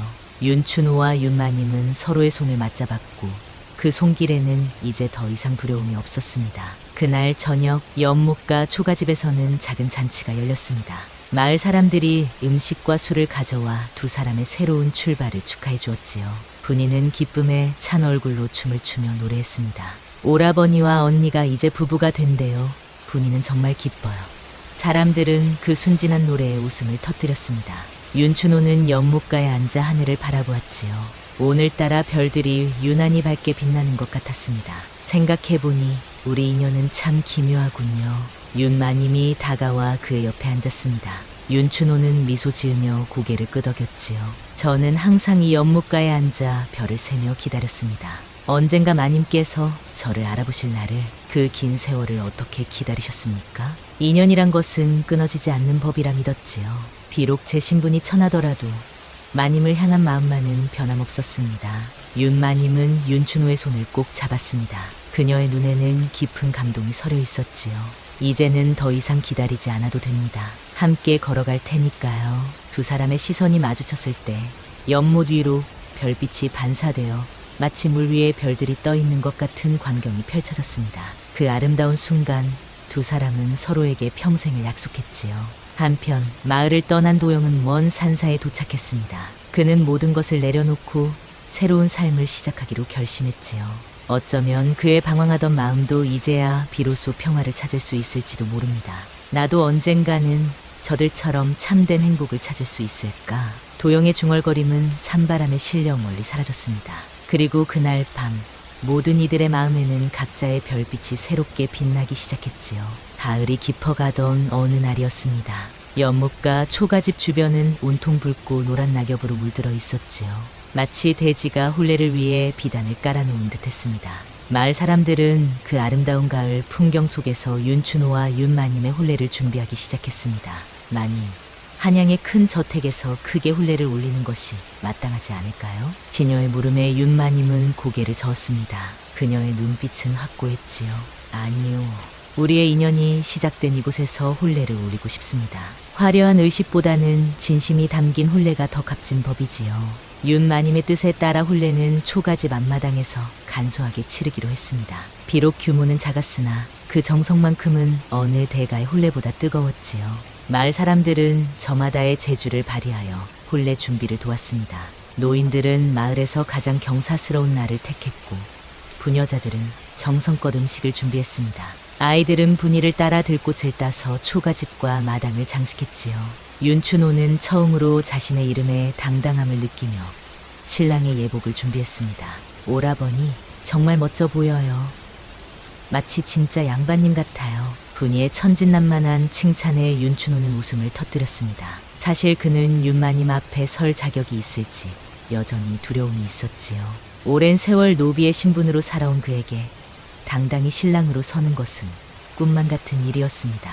혼례 전날 밤 윤춘호는 연못가에 앉아 별을 세며 생각에 잠겼습니다. 그때 분이가 다가와 그의 옆에 앉았지요. 오라버니, 왜 슬퍼 보여요? 내일이면 언니와 결혼하는데 분이야, 오라버니는 슬픈 게 아니란다. 그저 내가 정말 마님의 남편이 될 자격이 있는지 생각하고 있었지. 분이는 고개를 갸웃거리더니 윤춘호의 손을 꼭 잡았습니다. 오라버니, 분이는 알아요. 언니가 오라버니를 정말 사랑한다는 걸요. 언니 눈에서 별빛이 반짝여요. 오라버니를 볼 때마다. 윤춘호는 감동하여 분이를 품에 안았습니다. 어린아이의 순수한 눈에는 진실이 더 분명히 보이는 법이었지요. 혼례 당일 아침부터 초가집 주변은 축제의 분위기로 가득했습니다. 마을 사람들이 모두 모여 혼례를 축하해 주었고 원로들은 의젓하게 혼례를 주관했지요. 윤춘호는 생애 처음으로 비단 예복을 입고 초가집 앞에 섰습니다. 그의 눈에는 긴장과 기대가 섞여 있었지요. 신랑 윤춘호, 신부를 맞이할 준비가 되었느냐? 원로의 물음에 윤춘호는 깊이 고개를 숙였습니다. 이윽고 홍색 가마가 멀리서 다가오기 시작했고 그 안에는 윤마님이 타고 있었지요. 가마가 초가집 앞에 도착하자 분이가 달려가 문을 열어주었습니다. 언니, 빨리 나오세요. 오라버니가 기다리고 계세요. 윤마님이 가마에서 내리는 순간 모든 이들의 숨이 멎었습니다. 붉은 혼례복을 입은 그녀의 모습은 마치 선녀가 인간 세상에 내려온 듯했지요. 그녀의 얼굴은 베일에 가려져 있었지만 그 자태만으로도 아름다움이 넘쳐 흘렀습니다. 윤춘호와 윤마님은 마주 보고 서서 깊이 절을 했습니다. 그리고 원로의 주관 아래 혼인을 서약했지요. 하늘과 땅 그리고 조상님들을 증인으로 하여 두 사람이 부부의 연을 맺음을 선언하노라. 이제 서로를 평생 의지하며 기쁨과 슬픔을 함께 나누어라. 원로의 말이 끝나자 윤춘호는 조심스럽게 윤마님의 베일을 들어 올렸습니다. 그녀의 얼굴이 드러나자 그의 가슴은 꽃처럼 피어올랐지요. 윤마님의 눈에는 행복의 눈물이 고여 있었습니다. 이제 진정한 인연이 시작되었습니다. 윤마님의 속삭임에 윤춘호는 고개를 끄덕였습니다. 두 사람은 서로의 손을 맞잡고 모인 사람들에게 인사를 했지요. 사람들은 환호와 축복의 말을 던졌고 분이는 꽃잎을 뿌리며 기쁨에 찬 얼굴로 소리쳤습니다. 언니, 오라버니랑 오래오래 행복하세요. 혼례 후의 잔치는 밤늦게까지 이어졌습니다. 마을 사람들은 음식과 술을 나누며 두 사람의 결합을 축하했고 어린아이들은 분이를 따라 춤을 추며 놀았지요. 윤춘호는 비로소 윤마님의 남편으로 당당히 선다. 그리고 윤마님은 이제 그의 아내가 되어 그의 곁에 있었지요. 밤이 깊어갈수록 손님들은 하나둘 돌아갔고 마침내 초가집 주변은 고요해졌습니다. 윤춘호와 윤마님은 손을 맞잡고 연못가로 나왔지요. 연못에는 달빛이 고요히 비치고 있었습니다. 여기서 처음 만났을 때가 생각납니다. 윤마님의 말에 윤춘호는 미소 지었습니다. 그때도 마님은 달빛처럼 아름다우셨습니다. 이제는 마님이라 부르지 마세요. 그냥 제 이름을 불러주세요. 윤춘호는 잠시 망설이다가 그녀의 이름을 조심스레 불렀습니다. 그 순간 그녀의 눈에서 기쁨의 빛이 반짝였지요. 이 손 평생 놓지 않겠습니다. 윤마님의 속삭임에 윤춘호는 그녀의 손을 더욱 꼭 잡았습니다. 두 사람의 그림자가 달빛 아래 하나가 되었고 연못 위에는 그들의 모습이 고요히 비치고 있었지요. 분이는 초가집 창문 너머로 그들을 바라보며 미소 지었습니다. 그리고 자신만의 소원을 빌었지요. 하늘의 별님, 오라버니와 언니가 영원히 행복하게 해주세요. 그리고 분이도 그 행복 속에 함께할 수 있게 해주세요. 달빛 아래 두 사람의 실루엣은 마치 한 폭의 그림처럼 아름다웠습니다. 오랜 세월의 기다림과 아픔을 이겨내고 마침내 서로를 찾은 두 영혼의 모습이었지요. 그날 밤 초가집은 그 어느 때보다 따뜻했습니다. 신분의 벽을 넘어선 진정한 사랑의 온기가 가득했으니까요. 윤춘호와 윤마님은 서로의 손을 꼭 잡은 채 새로운 삶의 첫날 밤을 맞이했습니다. 세월이 흘러 봄이 왔습니다. 연못가 초가집 주변에는 새싹이 돋아나고 꽃들이 피어나기 시작했지요. 윤춘호와 윤마님은 혼례를 올린 후 그곳에서 살기로 결정했습니다. 한양의 저택으로 돌아가자는 제안도 있었지만 두 사람은 이곳에서의 소박한 삶을 선택했지요. 여보, 오늘도 물을 길러 가십니까? 윤마님의 부드러운 목소리에 윤춘호는 고개를 끄덕였습니다. 그는 매일 아침 연못에서 물을 길어 집안일을 돕는 것이 습관이 되었지요. 같이 가지요. 아침 공기가 참 좋습니다. 두 사람은 나란히 걸어 연못가로 향했습니다. 봄날의 아침 햇살이 연못 위에 반짝이고 있었지요. 윤춘호는 물동이를 들고 윤마님은 그 옆에서 미소 지으며 서 있었습니다. 그들의 모습이 연못에 비치자 마치 한 폭의 그림 같았지요. 생각해보면 참 신기합니다. 어린 시절 한 번의 만남이 이렇게 운명이 되다니. 윤마님의 말에 윤춘호는 미소 지었습니다. 그리고 물동이에 물을 담으며 말했지요. 인연이란 것은 물과 같은 것인가 봅니다. 한번 흐르기 시작하면 언젠가는 반드시 바다에 닿는 법이니까요. 그래서 우리가 이렇게 다시 만난 것인가요? 그런 것 같습니다. 하늘이 정해준 인연이었던 거지요. 두 사람은 서로를 바라보며 웃었습니다.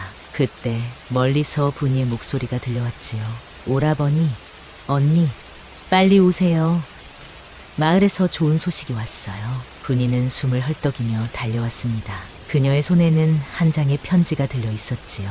도영 아저씨한테서 편지가 왔대요. 아저씨가 스님이 되셨대요. 윤춘호와 윤마님은 놀라움을 감추지 못했습니다. 편지를 펼쳐 읽어보니 도영은 먼 산사에서 수행자의 길에 들어섰고 자신의 과거를 참회하며 평화를 찾았다는 내용이었습니다. 그는 편지 끝에 두 사람의 행복을 빌며 언젠가 다시 웃는 얼굴로 만날 수 있기를 소망한다고 적어 놓았지요. 사람이 변할 수 있다는 거 참으로 감사한 일이군요. 윤춘호의 말에 윤마님은 고개를 끄덕였습니다. 도영의 변화는 그들에게 또 다른 희망이 되었지요. 사람은 누구나 과거의 아픔을 딛고 새롭게 시작할 수 있다는 증거였으니까요. 오라버니, 분이도 편지 쓸 줄 알면 좋을 텐데 분이도 도영 아저씨한테 편지 보내고 싶어요. 분이의 순진한 말에 윤춘호와 윤마님은 미소 지었습니다. 윤마님은 분이의 머리를 쓰다듬으며 말했지요. 걱정 말 거라. 언니가 글을 가르쳐 줄 테니 곧 분이도 편지를 쓸 수 있을 거야. 정말요? 약속하셨어요, 언니.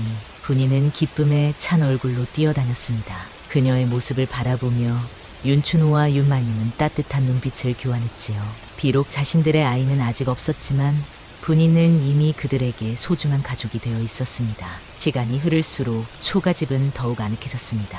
윤마님은 예전 한양에서 배운 자수와 차 문화를 마을 사람들에게 가르쳤고, 윤춘호는 자신의 약초 지식을 나누며 마을의 건강을 돌보았지요.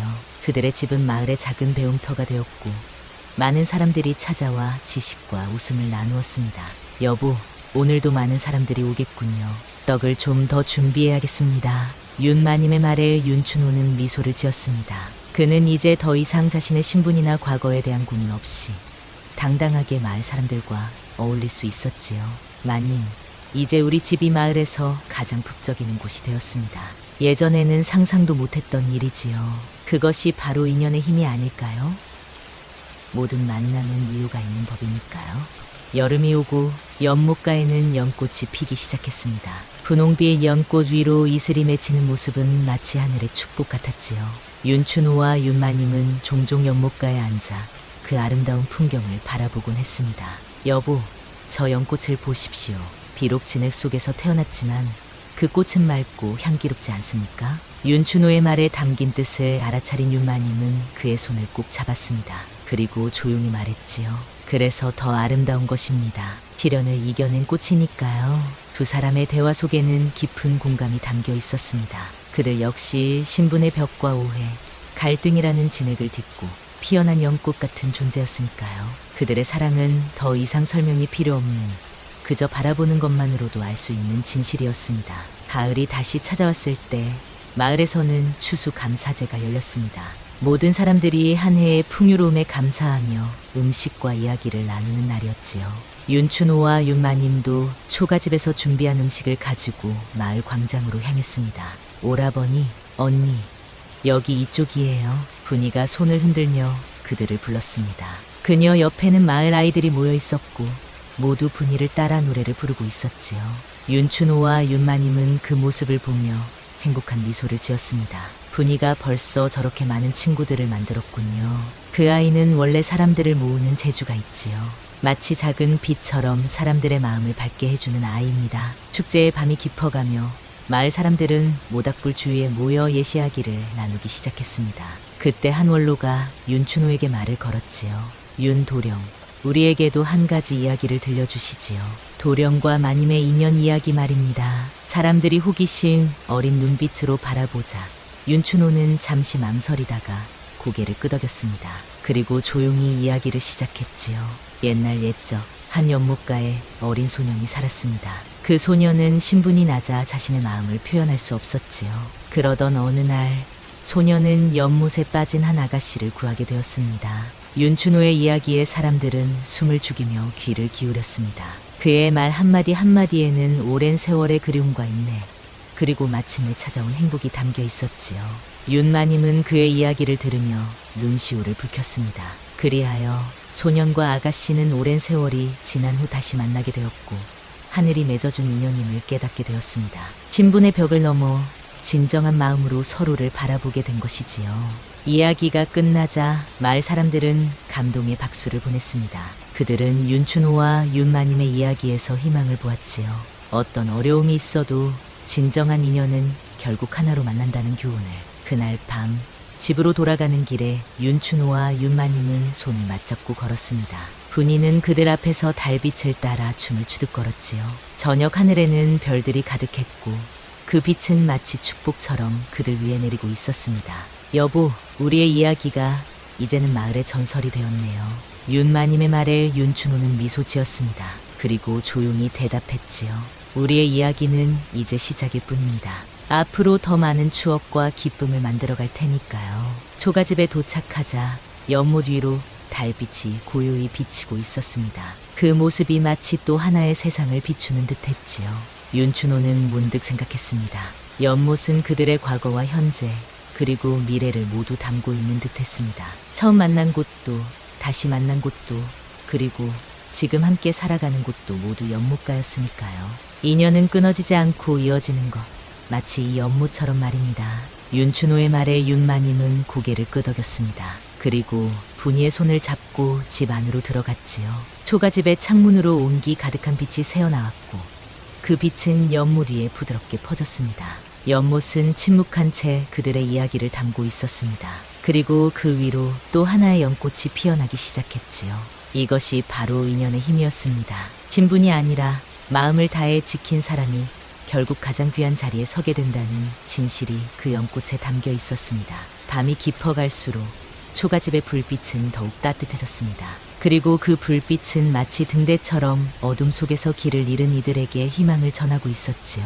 윤춘호와 윤마님의 인연이 그러했듯이 모든 진실한 마음은 언젠가는 반드시 그 빛을 발하게 되는 법이니까요. 연못과 초가집에서 시작된 인연은 이제 더 넓은 세상으로 퍼져가고 있었습니다. 그리고 그 인연의 소나기는 앞으로도 더 많은 이들의 가슴을 적실 것입니다. 마치 연꽃이 매년 피어나듯 진정한 사랑과 인연의 이야기는 시간이 흘러도 계속해서 사람들의 마음속에 피어날 것이기 때문이지요. 옛날 옛적 조선시대 중기 깊은 산골에 위치한 한적한 마을이 있었습니다. 해가 뜨고 지는 것이 일상의 전부인 그 마을에서 유독 사람들의 눈에 띄지 않던 이가 있었으니 그가 바로 나무꾼 길수였습니다. 어려서 부모를 여의고 홀로 산속 오두막에서 지내던 길수는 나무를 해다 팔아 겨우 끼니를 이어가곤 했지요. 말수가 적고 소심한 성정 탓에 마을 사람들과 어울리지 못하고 장터에 나무를 팔러 나올 때도 눈길을 피하기 일쑤였습니다. 저기 나무꾼 길수가 왔구먼. 여전히 말 한마디 없이 나무만 팔고 가는가 보네. 마을 사람들은 이렇게 길수를 수군거리며 바라볼 뿐 누구 하나 다가가 말을 걸지 않았습니다. 길수 역시 사람들의 시선을 피해 나무를 팔자마자 서둘러 산으로 돌아가곤 했으니 그의 얼굴을 제대로 본 사람조차 드물었습니다. 그러던 어느 겨울날이었습니다. 유난히 춥고 바람이 거세게 몰아치던 날, 길수는 깊은 산속으로 나무를 하러 올라갔습니다. 하늘이 맑았던 아침과 달리 해가 중천에 이르자 갑자기 먹구름이 몰려오더니 눈보라가 휘몰아치기 시작했지요. 칼날 같은 바람이 얼굴을 핥히고 눈송이는 점점 더 굵어져 앞을 분간할 수 없을 지경이었습니다. 이런, 빨리 오두막으로 돌아가야겠구나. 길수는 등에 지고 있던 나무들을 내려놓고 서둘러 발걸음을 옮겼습니다. 그러나 갑작스레 쏟아지는 눈으로 인해 산길은 이내 하얗게 뒤덮였고 길수는 방향을 잃고 말았습니다. 얼마나 헤맸을까. 발걸음이 무거워질 무렵 길수의 눈에 작은 동굴이 들어왔습니다. 잠시 눈보라를 피하기 위해 동굴로 향하던 길수의 발길이 문득 멈춰섰습니다. 저게 무엇인고? 눈 속에 파묻혀 있는 붉은 빛이 보였습니다. 조심스레 다가가 눈을 털어내자 그것은 다름 아닌 사람이었습니다. 하얀 눈밭 위에 붉은 한복을 입은 여인이 의식을 잃고 쓰러져 있었습니다. 길수는 잠시 망설였지만 이내 마음을 다잡고 여인에게 다가갔습니다. 아가씨, 정신을 차리시오. 아가씨. 길수가 아무리 불러도 여인은 미동도 하지 않았습니다. 그저 창백한 얼굴로 누워있을 뿐이었지요. 길수는 여인의 손을 잡아보았으나 얼음장처럼 차가웠습니다. 죽은 것인가 싶었으나 희미하게 숨이 붙어 있음을 확인한 길수는 더 이상 지체할 시간이 없다고 판단했습니다. 이대로 두면 죽을 것이니 어서 데려가야겠소. 길수는 여인을 등에 업고 오두막을 향해 걸음을 재촉했습니다. 눈보라는 더욱 거세졌고 여인의 무게에 다리는 후들거렸지만 길수는 이를 악물고 한 걸음 한 걸음 내딛었습니다. 얼마나 걸었을까. 마침내 희미하게 보이는 불빛을 따라 자신의 오두막에 도착했습니다. 오두막에 들어선 길수는 급히 불을 지피고 여인을 방바닥에 눕혔습니다. 이윽고 나무가 타오르며 방안이 따뜻해지자 길수는 여인의 얼어붙은 손발을 문질러 주었습니다. 그리고 냄비에 물을 데워 천을 적셔 여인의 이마에 올려놓았지요. 제발 죽지 마시오. 길수의 간절한 기도와 정성 어린 보살핌이 이어졌고 밤이 깊어갈수록 여인의 얼굴에는 조금씩 혈색이 돌아오기 시작했습니다. 길수는 밤새 한숨도 자지 않고 여인을 간호했습니다. 죽을 끓이고 이마에 올려둔 천을 갈아주며 여인의 상태를 살폈지요. 그렇게 사흘 밤낮을 지새우던 어느 날 마침내 여인이 미약하게 눈을 떴습니다. 방 안을 두리번거리던 여인의 시선이 길수와 마주쳤습니다. 여기가 어디옵니까? 여인의 작은 목소리에 길수는 깜짝 놀라 다가갔습니다. 정신이 드시오? 이곳은 소인의 초라한 오두막입니다. 산에서 눈보라에 쓰러진 아가씨를 발견하고 모시고 왔지요. 여인은 잠시 혼란스러운 표정을 지었다가 이내 고개를 끄덕였습니다. 제 이름은 소진이라 하옵니다. 은인의 이름은 무엇이옵니까? 길수라 하옵니다. 길수가 수줍게 대답하자 소진의 입가에 희미한 미소가 번졌습니다. 길수 도령, 제 목숨을 구해주셔서 진심으로 감사드립니다. 그렇게 소진은 길수에 오두막에 머물며 조금씩 건강을 회복해 나갔습니다. 처음에는 몸을 일으키기조차 힘겨워하던 소진이었으나 날이 갈수록 기력을 되찾아 이내 방 안을 걸어다닐 수 있게 되었지요. 소진의 밝은 성정은 길수의 어두침침한 오두막을 환하게 밝혔습니다. 그녀는 아침이면 창문을 활짝 열어 맑은 공기를 들이고 손재주가 좋아 길수의 낡은 옷가지를 깊고 다듬었습니다. 길수 도령, 오늘은 날이 참 좋은데 잠시 밖에 나가볼까요? 소진의 제안에 길수는 머뭇거렸습니다. 그는 여전히 사람들 앞에 나서는 것을 두려워했기에 소진과 함께 마을에 내려가는 것이 내키지 않았던 것입니다. 아니요, 소인은 나무를 하러 가야 하니 소진 아가씨는 혼자 다녀오시지요. 길수의 말에 소진은 고개를 갸웃거리며 물었습니다. 길수 도령은 왜 그리 사람들을 피하시나요? 마을에 내려가면 더 많은 나무를 팔 수 있을 텐데. 길수는 말없이 고개를 숙였습니다. 소진은 길수의 마음을 읽은 듯 부드럽게 말을 이었습니다. 괜찮아요. 억지로 하실 필요는 없어요. 그저 세상은 생각보다 따뜻하답니다. 언젠가 그 따뜻함을 느끼시길 바랄 뿐이지요. 소진의 말에 길수는 가슴 한켠이 따뜻해지는 것을 느꼈습니다. 그동안 누구도 그에게 이런 말을 해준 적이 없었기 때문입니다. 길수는 무심코 소진의 얼굴을 바라보았습니다. 햇살이 비치는 창가에 앉은 소진의 얼굴은 마치 봄날의 꽃잎처럼 환했습니다. 그녀의 눈동자는 깊은 호수처럼 맑고 투명했지요. 날이 갈수록 소진은 길수의 오두막에 생기를 불어넣었습니다. 그러나 한 가지 특이한 점이 있었으니 바로 소진의 엄청난 식욕이었습니다. 그녀는 길수가 끓여주는 죽이나 밥을 허겁지겁 먹었고 길수가 나무하러 간 사이에도 쌀독을 뒤져 음식을 찾아 먹곤 했지요. 아이고, 또 쌀이 바닥났네요. 제가 너무 많이 먹는 바람에. 소진이 미안한 얼굴로 말하자 길수는 손사래를 쳤습니다. 괜찮소. 사람이 굶주리면 안 되는 법이니 마음껏 드시게나. 그러나 쌀독이 바닥나자 길수는 난감해졌습니다. 더 이상 집에 먹을 것이 없었기 때문입니다. 길수는 용기를 내어 마을로 내려가 쌀을 구해오기로 결심했습니다. 소진 아가씨, 잠시 마을에 다녀오겠소. 쌀을 구해와야 하니. 정말요? 제가 함께 가도 될까요? 소진의 눈이 반짝였습니다. 길수는 망설이다가 고개를 끄덕였습니다. 오랜만에 마을로 내려간 길수는 여전히 어색하게 고개를 숙인 채 걸었지만 소진은 활기차게 이것저것 구경하며 마을 사람들과 인사를 나누었습니다. 여봐라, 저 아가씨는 누구인고? 길수 곁에 있는 저 여인은. 사람들의 수군거림이 들려왔습니다. 평소 같으면 길수는 서둘러 그 자리를 피했겠지만 소진이 길수의 팔을 꼭 붙잡고 있어 어쩔 수 없이 그 자리에 서 있어야 했습니다. 안녕하세요. 저는 소진이라고 합니다. 길수 도령이 산에서 저를 구해주셨답니다. 참으로 용감하고 마음씨 고운 분이지요. 소진의 밝은 인사에 마을 사람들은 놀란 표정을 지었습니다. 그들은 길수가 그런 용기를 낼 사람이라고 생각하지 않았기 때문입니다. 길수는 얼굴이 붉어져 고개를 더욱 숙였습니다. 그렇군. 길수가 그런 일을 했다니 놀랍구나. 마을 어른 중 한 분이 말했고 다른 사람들도 차츰 길수를 다른 시선으로 바라보기 시작했습니다. 길수는 처음으로 마을 사람들 앞에서 고개를 들고 인사를 건넬 수 있었습니다. 별일 아니었습니다. 소진과 함께 지내는 시간이 길어질수록 길수의 마음에는 조금씩 변화가 일어났습니다. 그는 더 이상 자신의 오두막에만 틀어박혀 있지 않고 가끔씩 소진과 함께 마을에 내려가 사람들과 대화를 나누기도 했습니다. 소진의 밝은 웃음과 따뜻한 말 한마디가 길수에 닫혀있던 마음을 조금씩 열어주고 있었던 것이지요. 길수 도령, 왜 항상 혼자만 계셨나요? 도령님처럼 마음씨 좋은 분이 사람들과 어울리지 않는 건 정말 아쉬운 일인걸요. 소진의 물음에 길수는 잠시 생각에 잠겼습니다. 그동안 왜 그렇게 사람들을 피해왔는지 스스로도 이해할 수 없었습니다. 글쎄요, 어려서부터 부모 없이 자라다 보니 어찌해야 할지 몰랐던 것 같소. 사람들의 시선이 두려웠고 혼자 있는 게 편했던 것 같소이다. 하지만 이제는 달라질 수 있어요. 길수 도령이 얼마나 용감하고 따뜻한 분인지 모두가 알게 될 거예요. 소진의 말에 길수는 작게 미소 지었습니다. 그의 마음속에는 처음으로 작은 용기가 싹트기 시작했습니다. 그렇게 평온한 날들이 이어지던 어느 날 마을이 술렁이기 시작했습니다.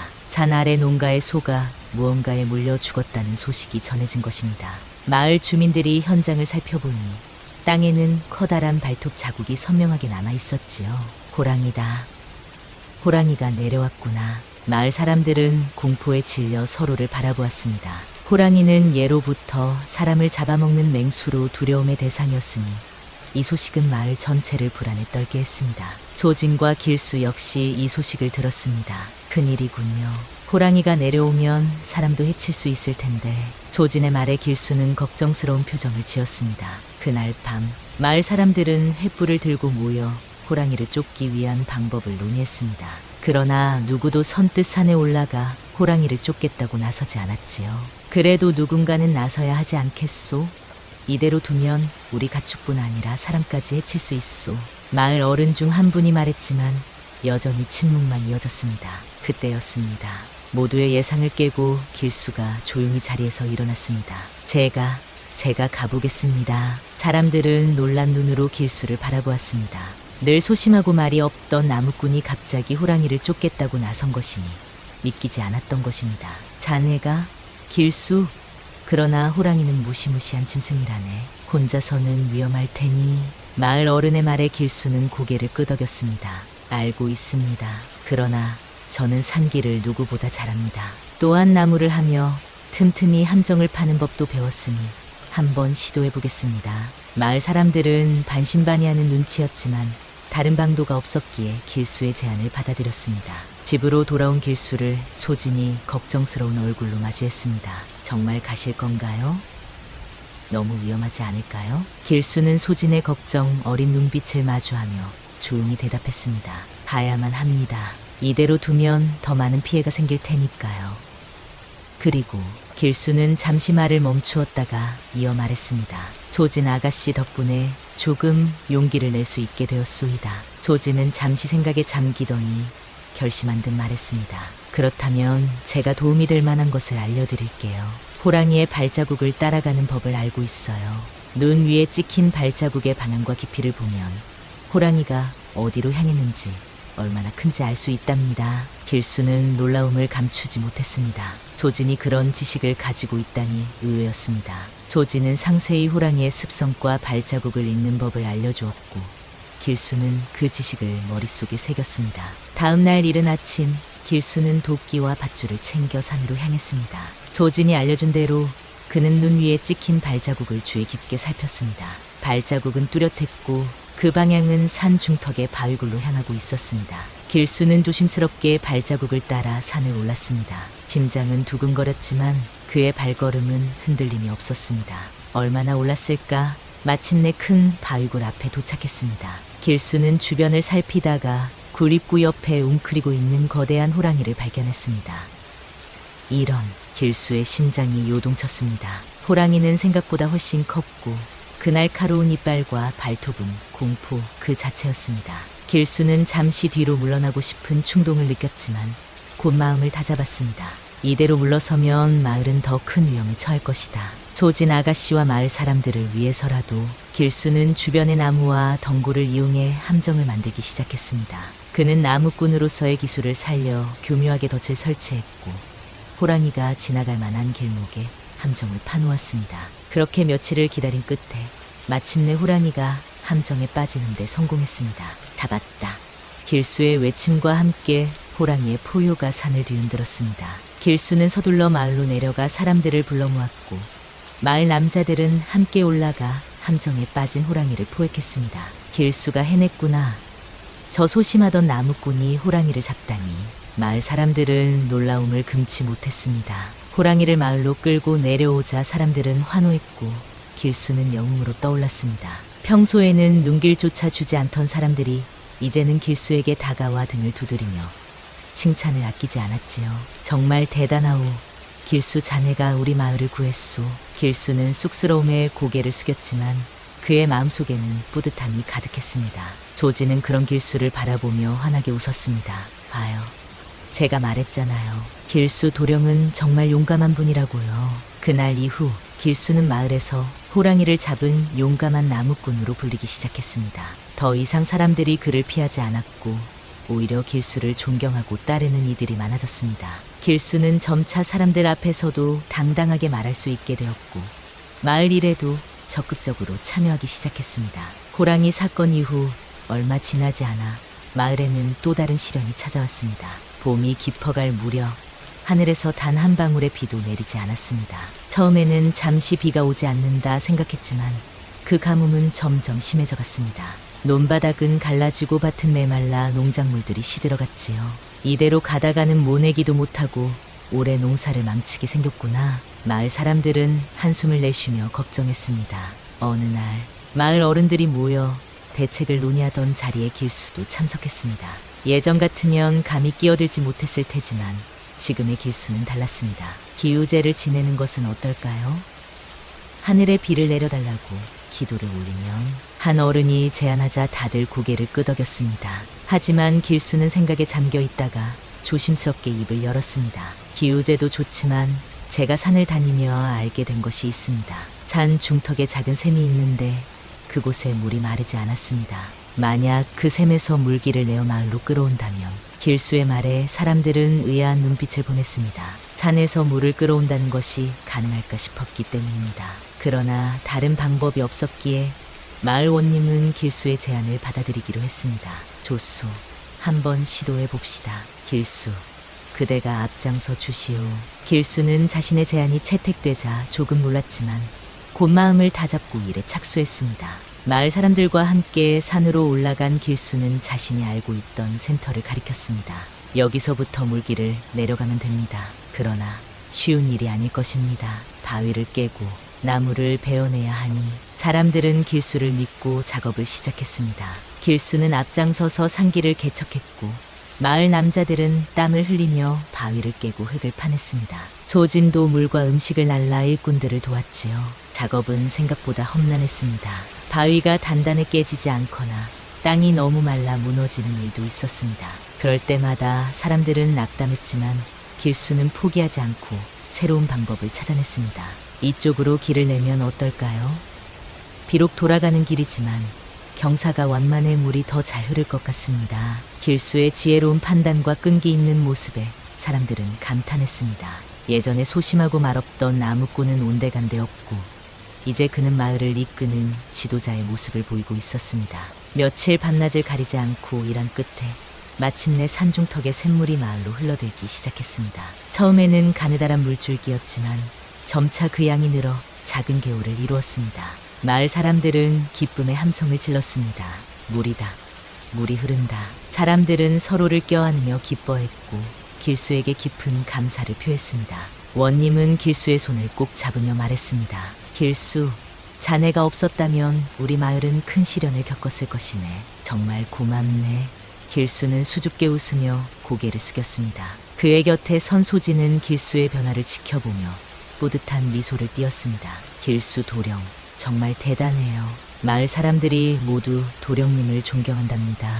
길수는 소진을 바라보았습니다. 그동안 소진의 격려와 도움이 없었다면 자신이 이렇게 변할 수 있었을까 하는 생각이 들었습니다. 그녀의 밝은 미소와 따뜻한 말 한마디가 늘 그에게 용기를 주었습니다.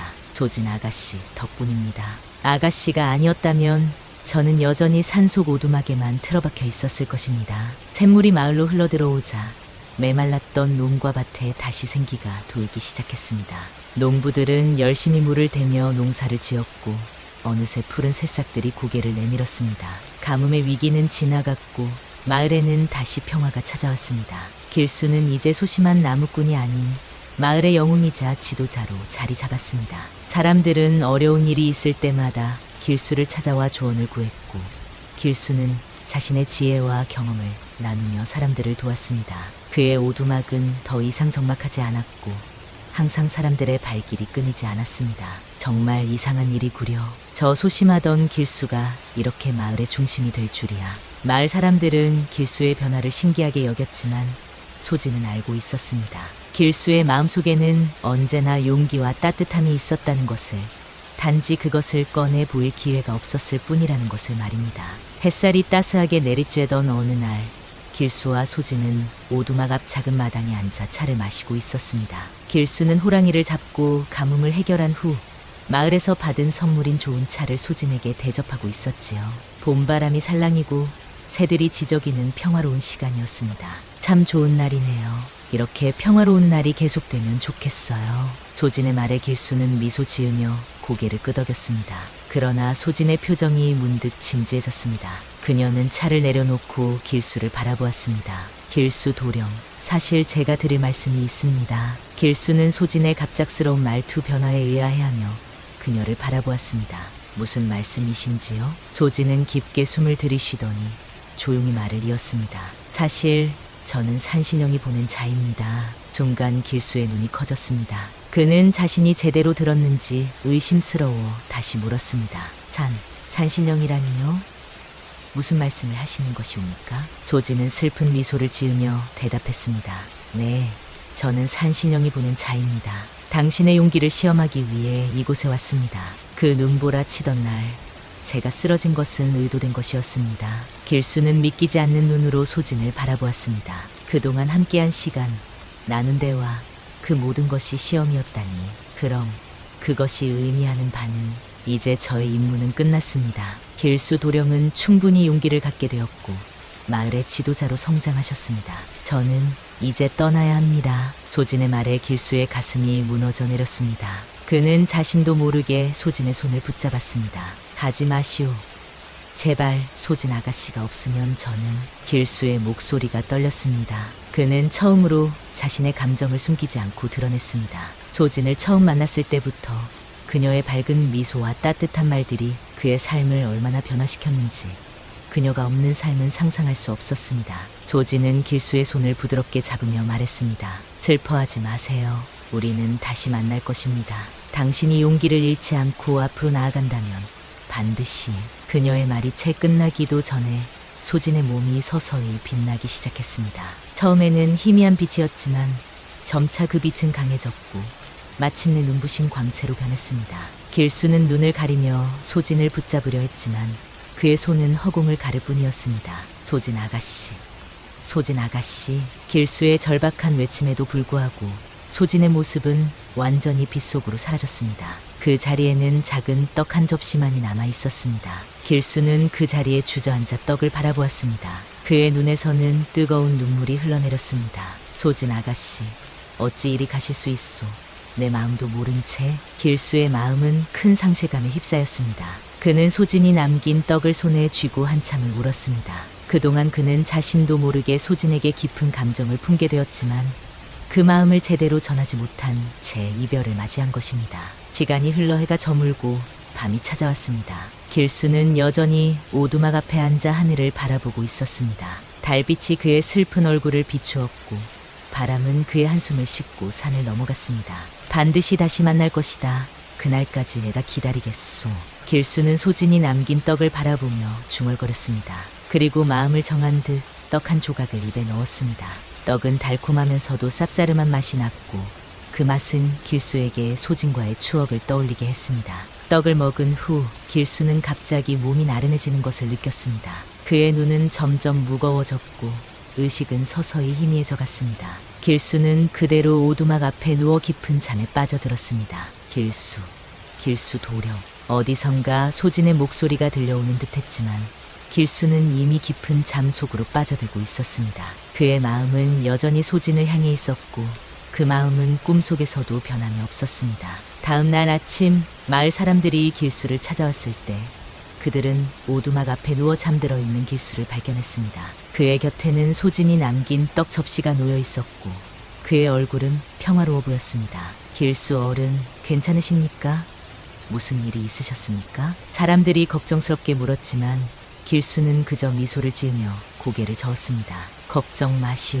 단지 소중한 사람과 이별했을 뿐이오.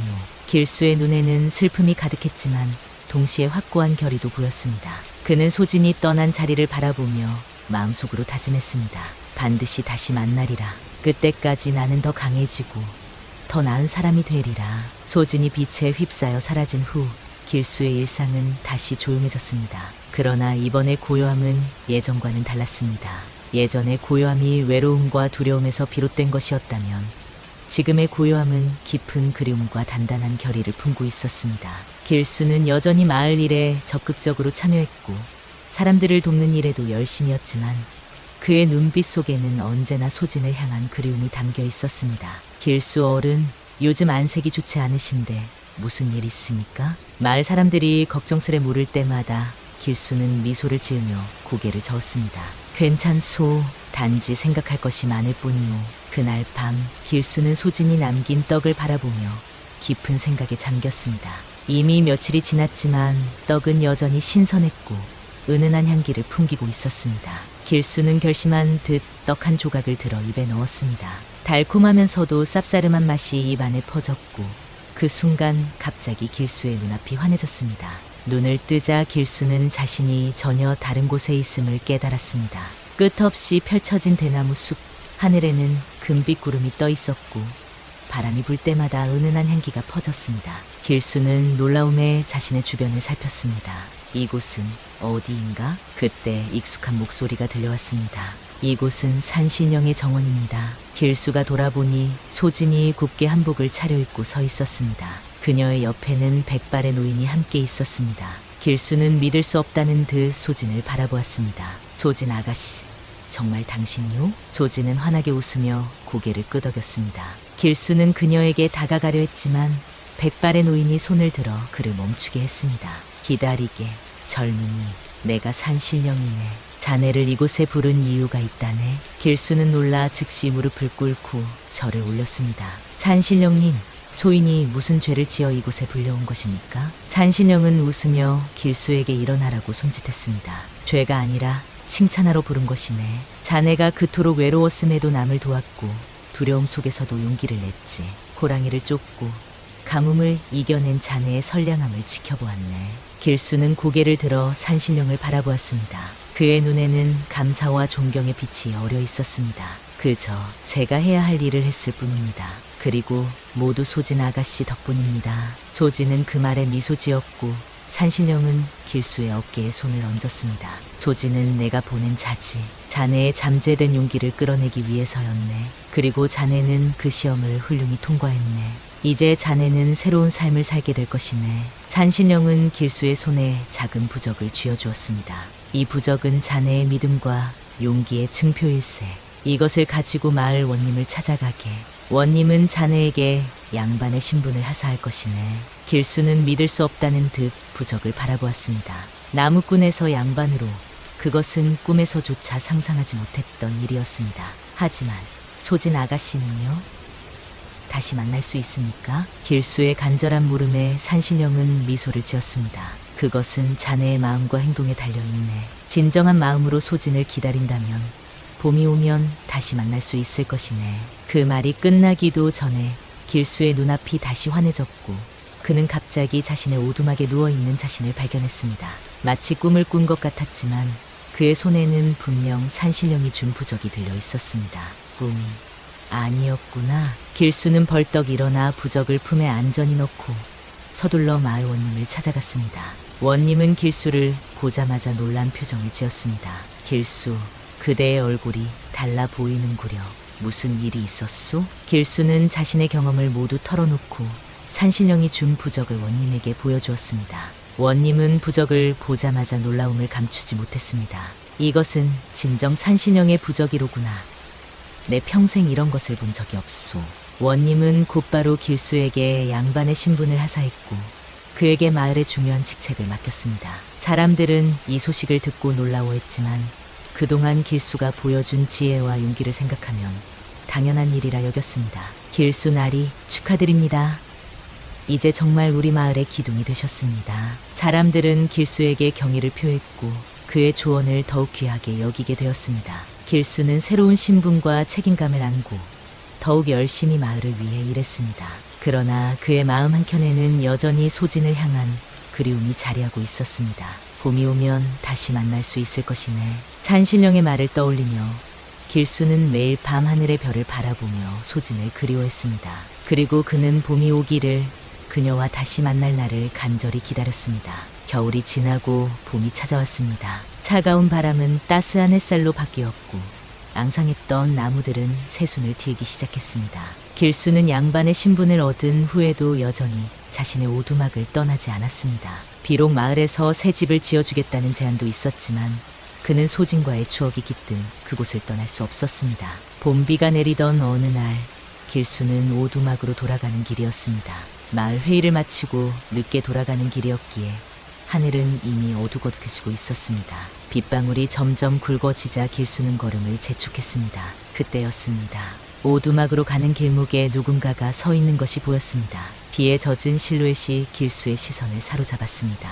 그는 발걸음을 멈추고 그 자리에 서서 눈을 비볐습니다. 저게 누구지? 빗속에서도 분명히 보였습니다. 붉은 한복을 입은 여인의 모습, 길수의 심장이 요동쳤습니다.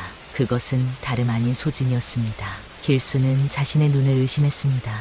혹시 자신이 너무 그리워한 나머지 환상을 보는 것은 아닐까 싶었습니다. 소진 아가씨? 길수의 떨리는 목소리가 빗소리 사이로 흘러나왔습니다. 여인은 고개를 들어 길수를 바라보았고 그녀의 얼굴에 환한 미소가 번졌습니다. 그것은 분명 소진이었습니다. 길수 도령. 아니, 이제는 길수날이라고 불러야겠군요. 소진의 목소리를 듣는 순간 길수의 눈에서는 뜨거운 눈물이 흘러내렸습니다. 그는 달려가 소진의 앞에 서서 믿기지 않는 눈으로 그녀를 바라보았습니다. 정말 소진 아가씨입니까? 꿈이 아닌 것입니까? 소진은 부드럽게 웃으며 길수의 손을 잡았습니다. 그녀의 손은 따뜻했고 생생하게 살아있었습니다. 꿈이 아니에요. 진짜예요. 약속대로 돌아왔어요. 기다리셨지요? 길수는 더 이상 참을 수 없다는 듯 소진을 품에 안았습니다. 봄비는 두 사람의 위로 내리며 그들의 재회를 축복했습니다. 매일 기다렸소이다. 소진 아가씨가 다시 오리라 믿고 하루도 빠짐없이 기다렸소. 소진은 길수의 품 안에서 고개를 들어 그를 바라보았습니다. 찬신령님께서 허락하셨어요. 이제 저는 진짜 사람으로 이곳에 남게 되었답니다. 길수, 나리와 함께. 그 말에 길수의 가슴은 기쁨으로 가득 찼습니다. 이제 소진은 영원히 그와 함께 할 수 있다는 것이었습니다. 영원히 함께 하자는 말씀이십니까? 소진은 수줍게 고개를 끄덕였고 길수는 그녀의 손을 꼭 잡았습니다. 오늘부터 평생 당신 곁을 지키겠소. 결코 헤어지지 맙시다. 소식은 빠르게 마을에 퍼졌습니다. 길수 나리에게 신부가 생겼다는 소문에 사람들은 놀라워했고 그 신부가 바로 예전에 길수와 함께 있던 소진이라는 사실에 더욱 놀랐습니다. 마을 사람들은 이 결혼을 축하하기 위해 성대한 혼례를 준비했습니다. 혼례날 마을 전체가 축제 분위기로 가득했습니다. 길수는 관복을 차려입고 소진은 화려한 혼례복을 입었습니다. 두 사람은 마을 사람들의 축복 속에 백년가약을 맺었습니다. 두 분의 금실이 좋기를 기원합니다. 길수 나리와 소진 아가씨의 행복을 축하합니다. 마을 사람들은 모두 모여 두 사람의 앞날을 축복했습니다. 원님 역시 혼례에 참석하여 두 사람을 축하했습니다. 길수, 그대는 우리 마을의 영웅이자 기둥이오. 이제 소진 부인과 함께 더욱 행복한 삶을 살기 바라오. 혼례가 끝난 후 길수와 소진은 함께 오두막으로 돌아갔습니다. 비록 작고 소박한 곳이었지만 그들에게는 그 어떤 화려한 저택보다 소중한 보금자리였습니다. 오두막 앞에 도착하자 길수는 소진을 안아 문지방을 넘었습니다. 이제 우리 집입니다. 비록 초라하지만 소진은 그의 말을 가로막으며 미소 지었습니다. 가장 따뜻하고 아름다운 집이에요. 우리의 추억이 시작된 곳이니까요. 길수와 소진의 결혼 소식은 마을을 넘어 주변 지역까지 퍼져나갔습니다. 사람들은 호랑이를 잡고 가뭄을 해결한 영웅과 신비로운 여인의 이야기를 전해 들으며 감탄했습니다. 그들의 이야기는 점차 전설이 되어갔고 사람들은 그 사랑의 이야기를 오래도록 기억하게 되었습니다. 혼례 후 며칠이 지난 어느 날 오두막 앞에는 마을 사람들이 줄을 서서 두 사람을 찾아왔습니다. 그들은 각자 작은 선물을 들고 와 부부의 행복을 기원했습니다. 길수 나리, 소진 부인 두 분의 행복을 빕니다. 이 작은 선물을 받아주세요. 사람들은 쌀, 옷감, 생활용품 등을 가져왔고 길수와 소진은 감사히 받으며 그들을 환대했습니다. 오두막은 사람들의 웃음소리로 가득 찼고 밤이 깊어지도록 축하의 자리는 계속되었습니다. 길수 도령이 이렇게 변할 줄 누가 알았겠소? 예전에는 말 한마디 건네기도 어려웠는데 그래, 이제는 우리 마을의 진정한 어른이 되었구려. 소진 부인을 만나고 완전히 달라졌지. 사람들의 말에 길수는 부끄러운 듯 미소 지었고 소진은 그의 손을 꼭 잡아주었습니다. 그들의 눈빛에는 서로를 향한 깊은 사랑과 신뢰가 담겨 있었습니다. 소진 아가씨, 아니 이제는 소진 부인이라 불러야겠군요. 당신이 없었다면 저는 여전히 그 어둡고 외로운 나무꾼이었을 것입니다. 소진은 길수의 말에 고개를 저었습니다. 아니에요. 그 용기는 원래 길수 도령 안에 있었어요. 제가 한 일은 그저 그 용기를 끌어내준 것뿐이지요. 두 사람의 대화를 들은 마을 사람들은 감동하여 박수를 쳤고 그날 밤 오두막은 그 어느 때보다 환하게 빛났습니다. 세월이 흘러 사계절이 여러 번 바뀌었습니다. 길수와 소진은 여전히 그 오두막에서 살고 있었지만 이제는 작은 변화가 있었습니다. 오두막 주변에는 아름다운 정원이 생겼고 마당에는 아이들의 웃음소리가 가득했지요.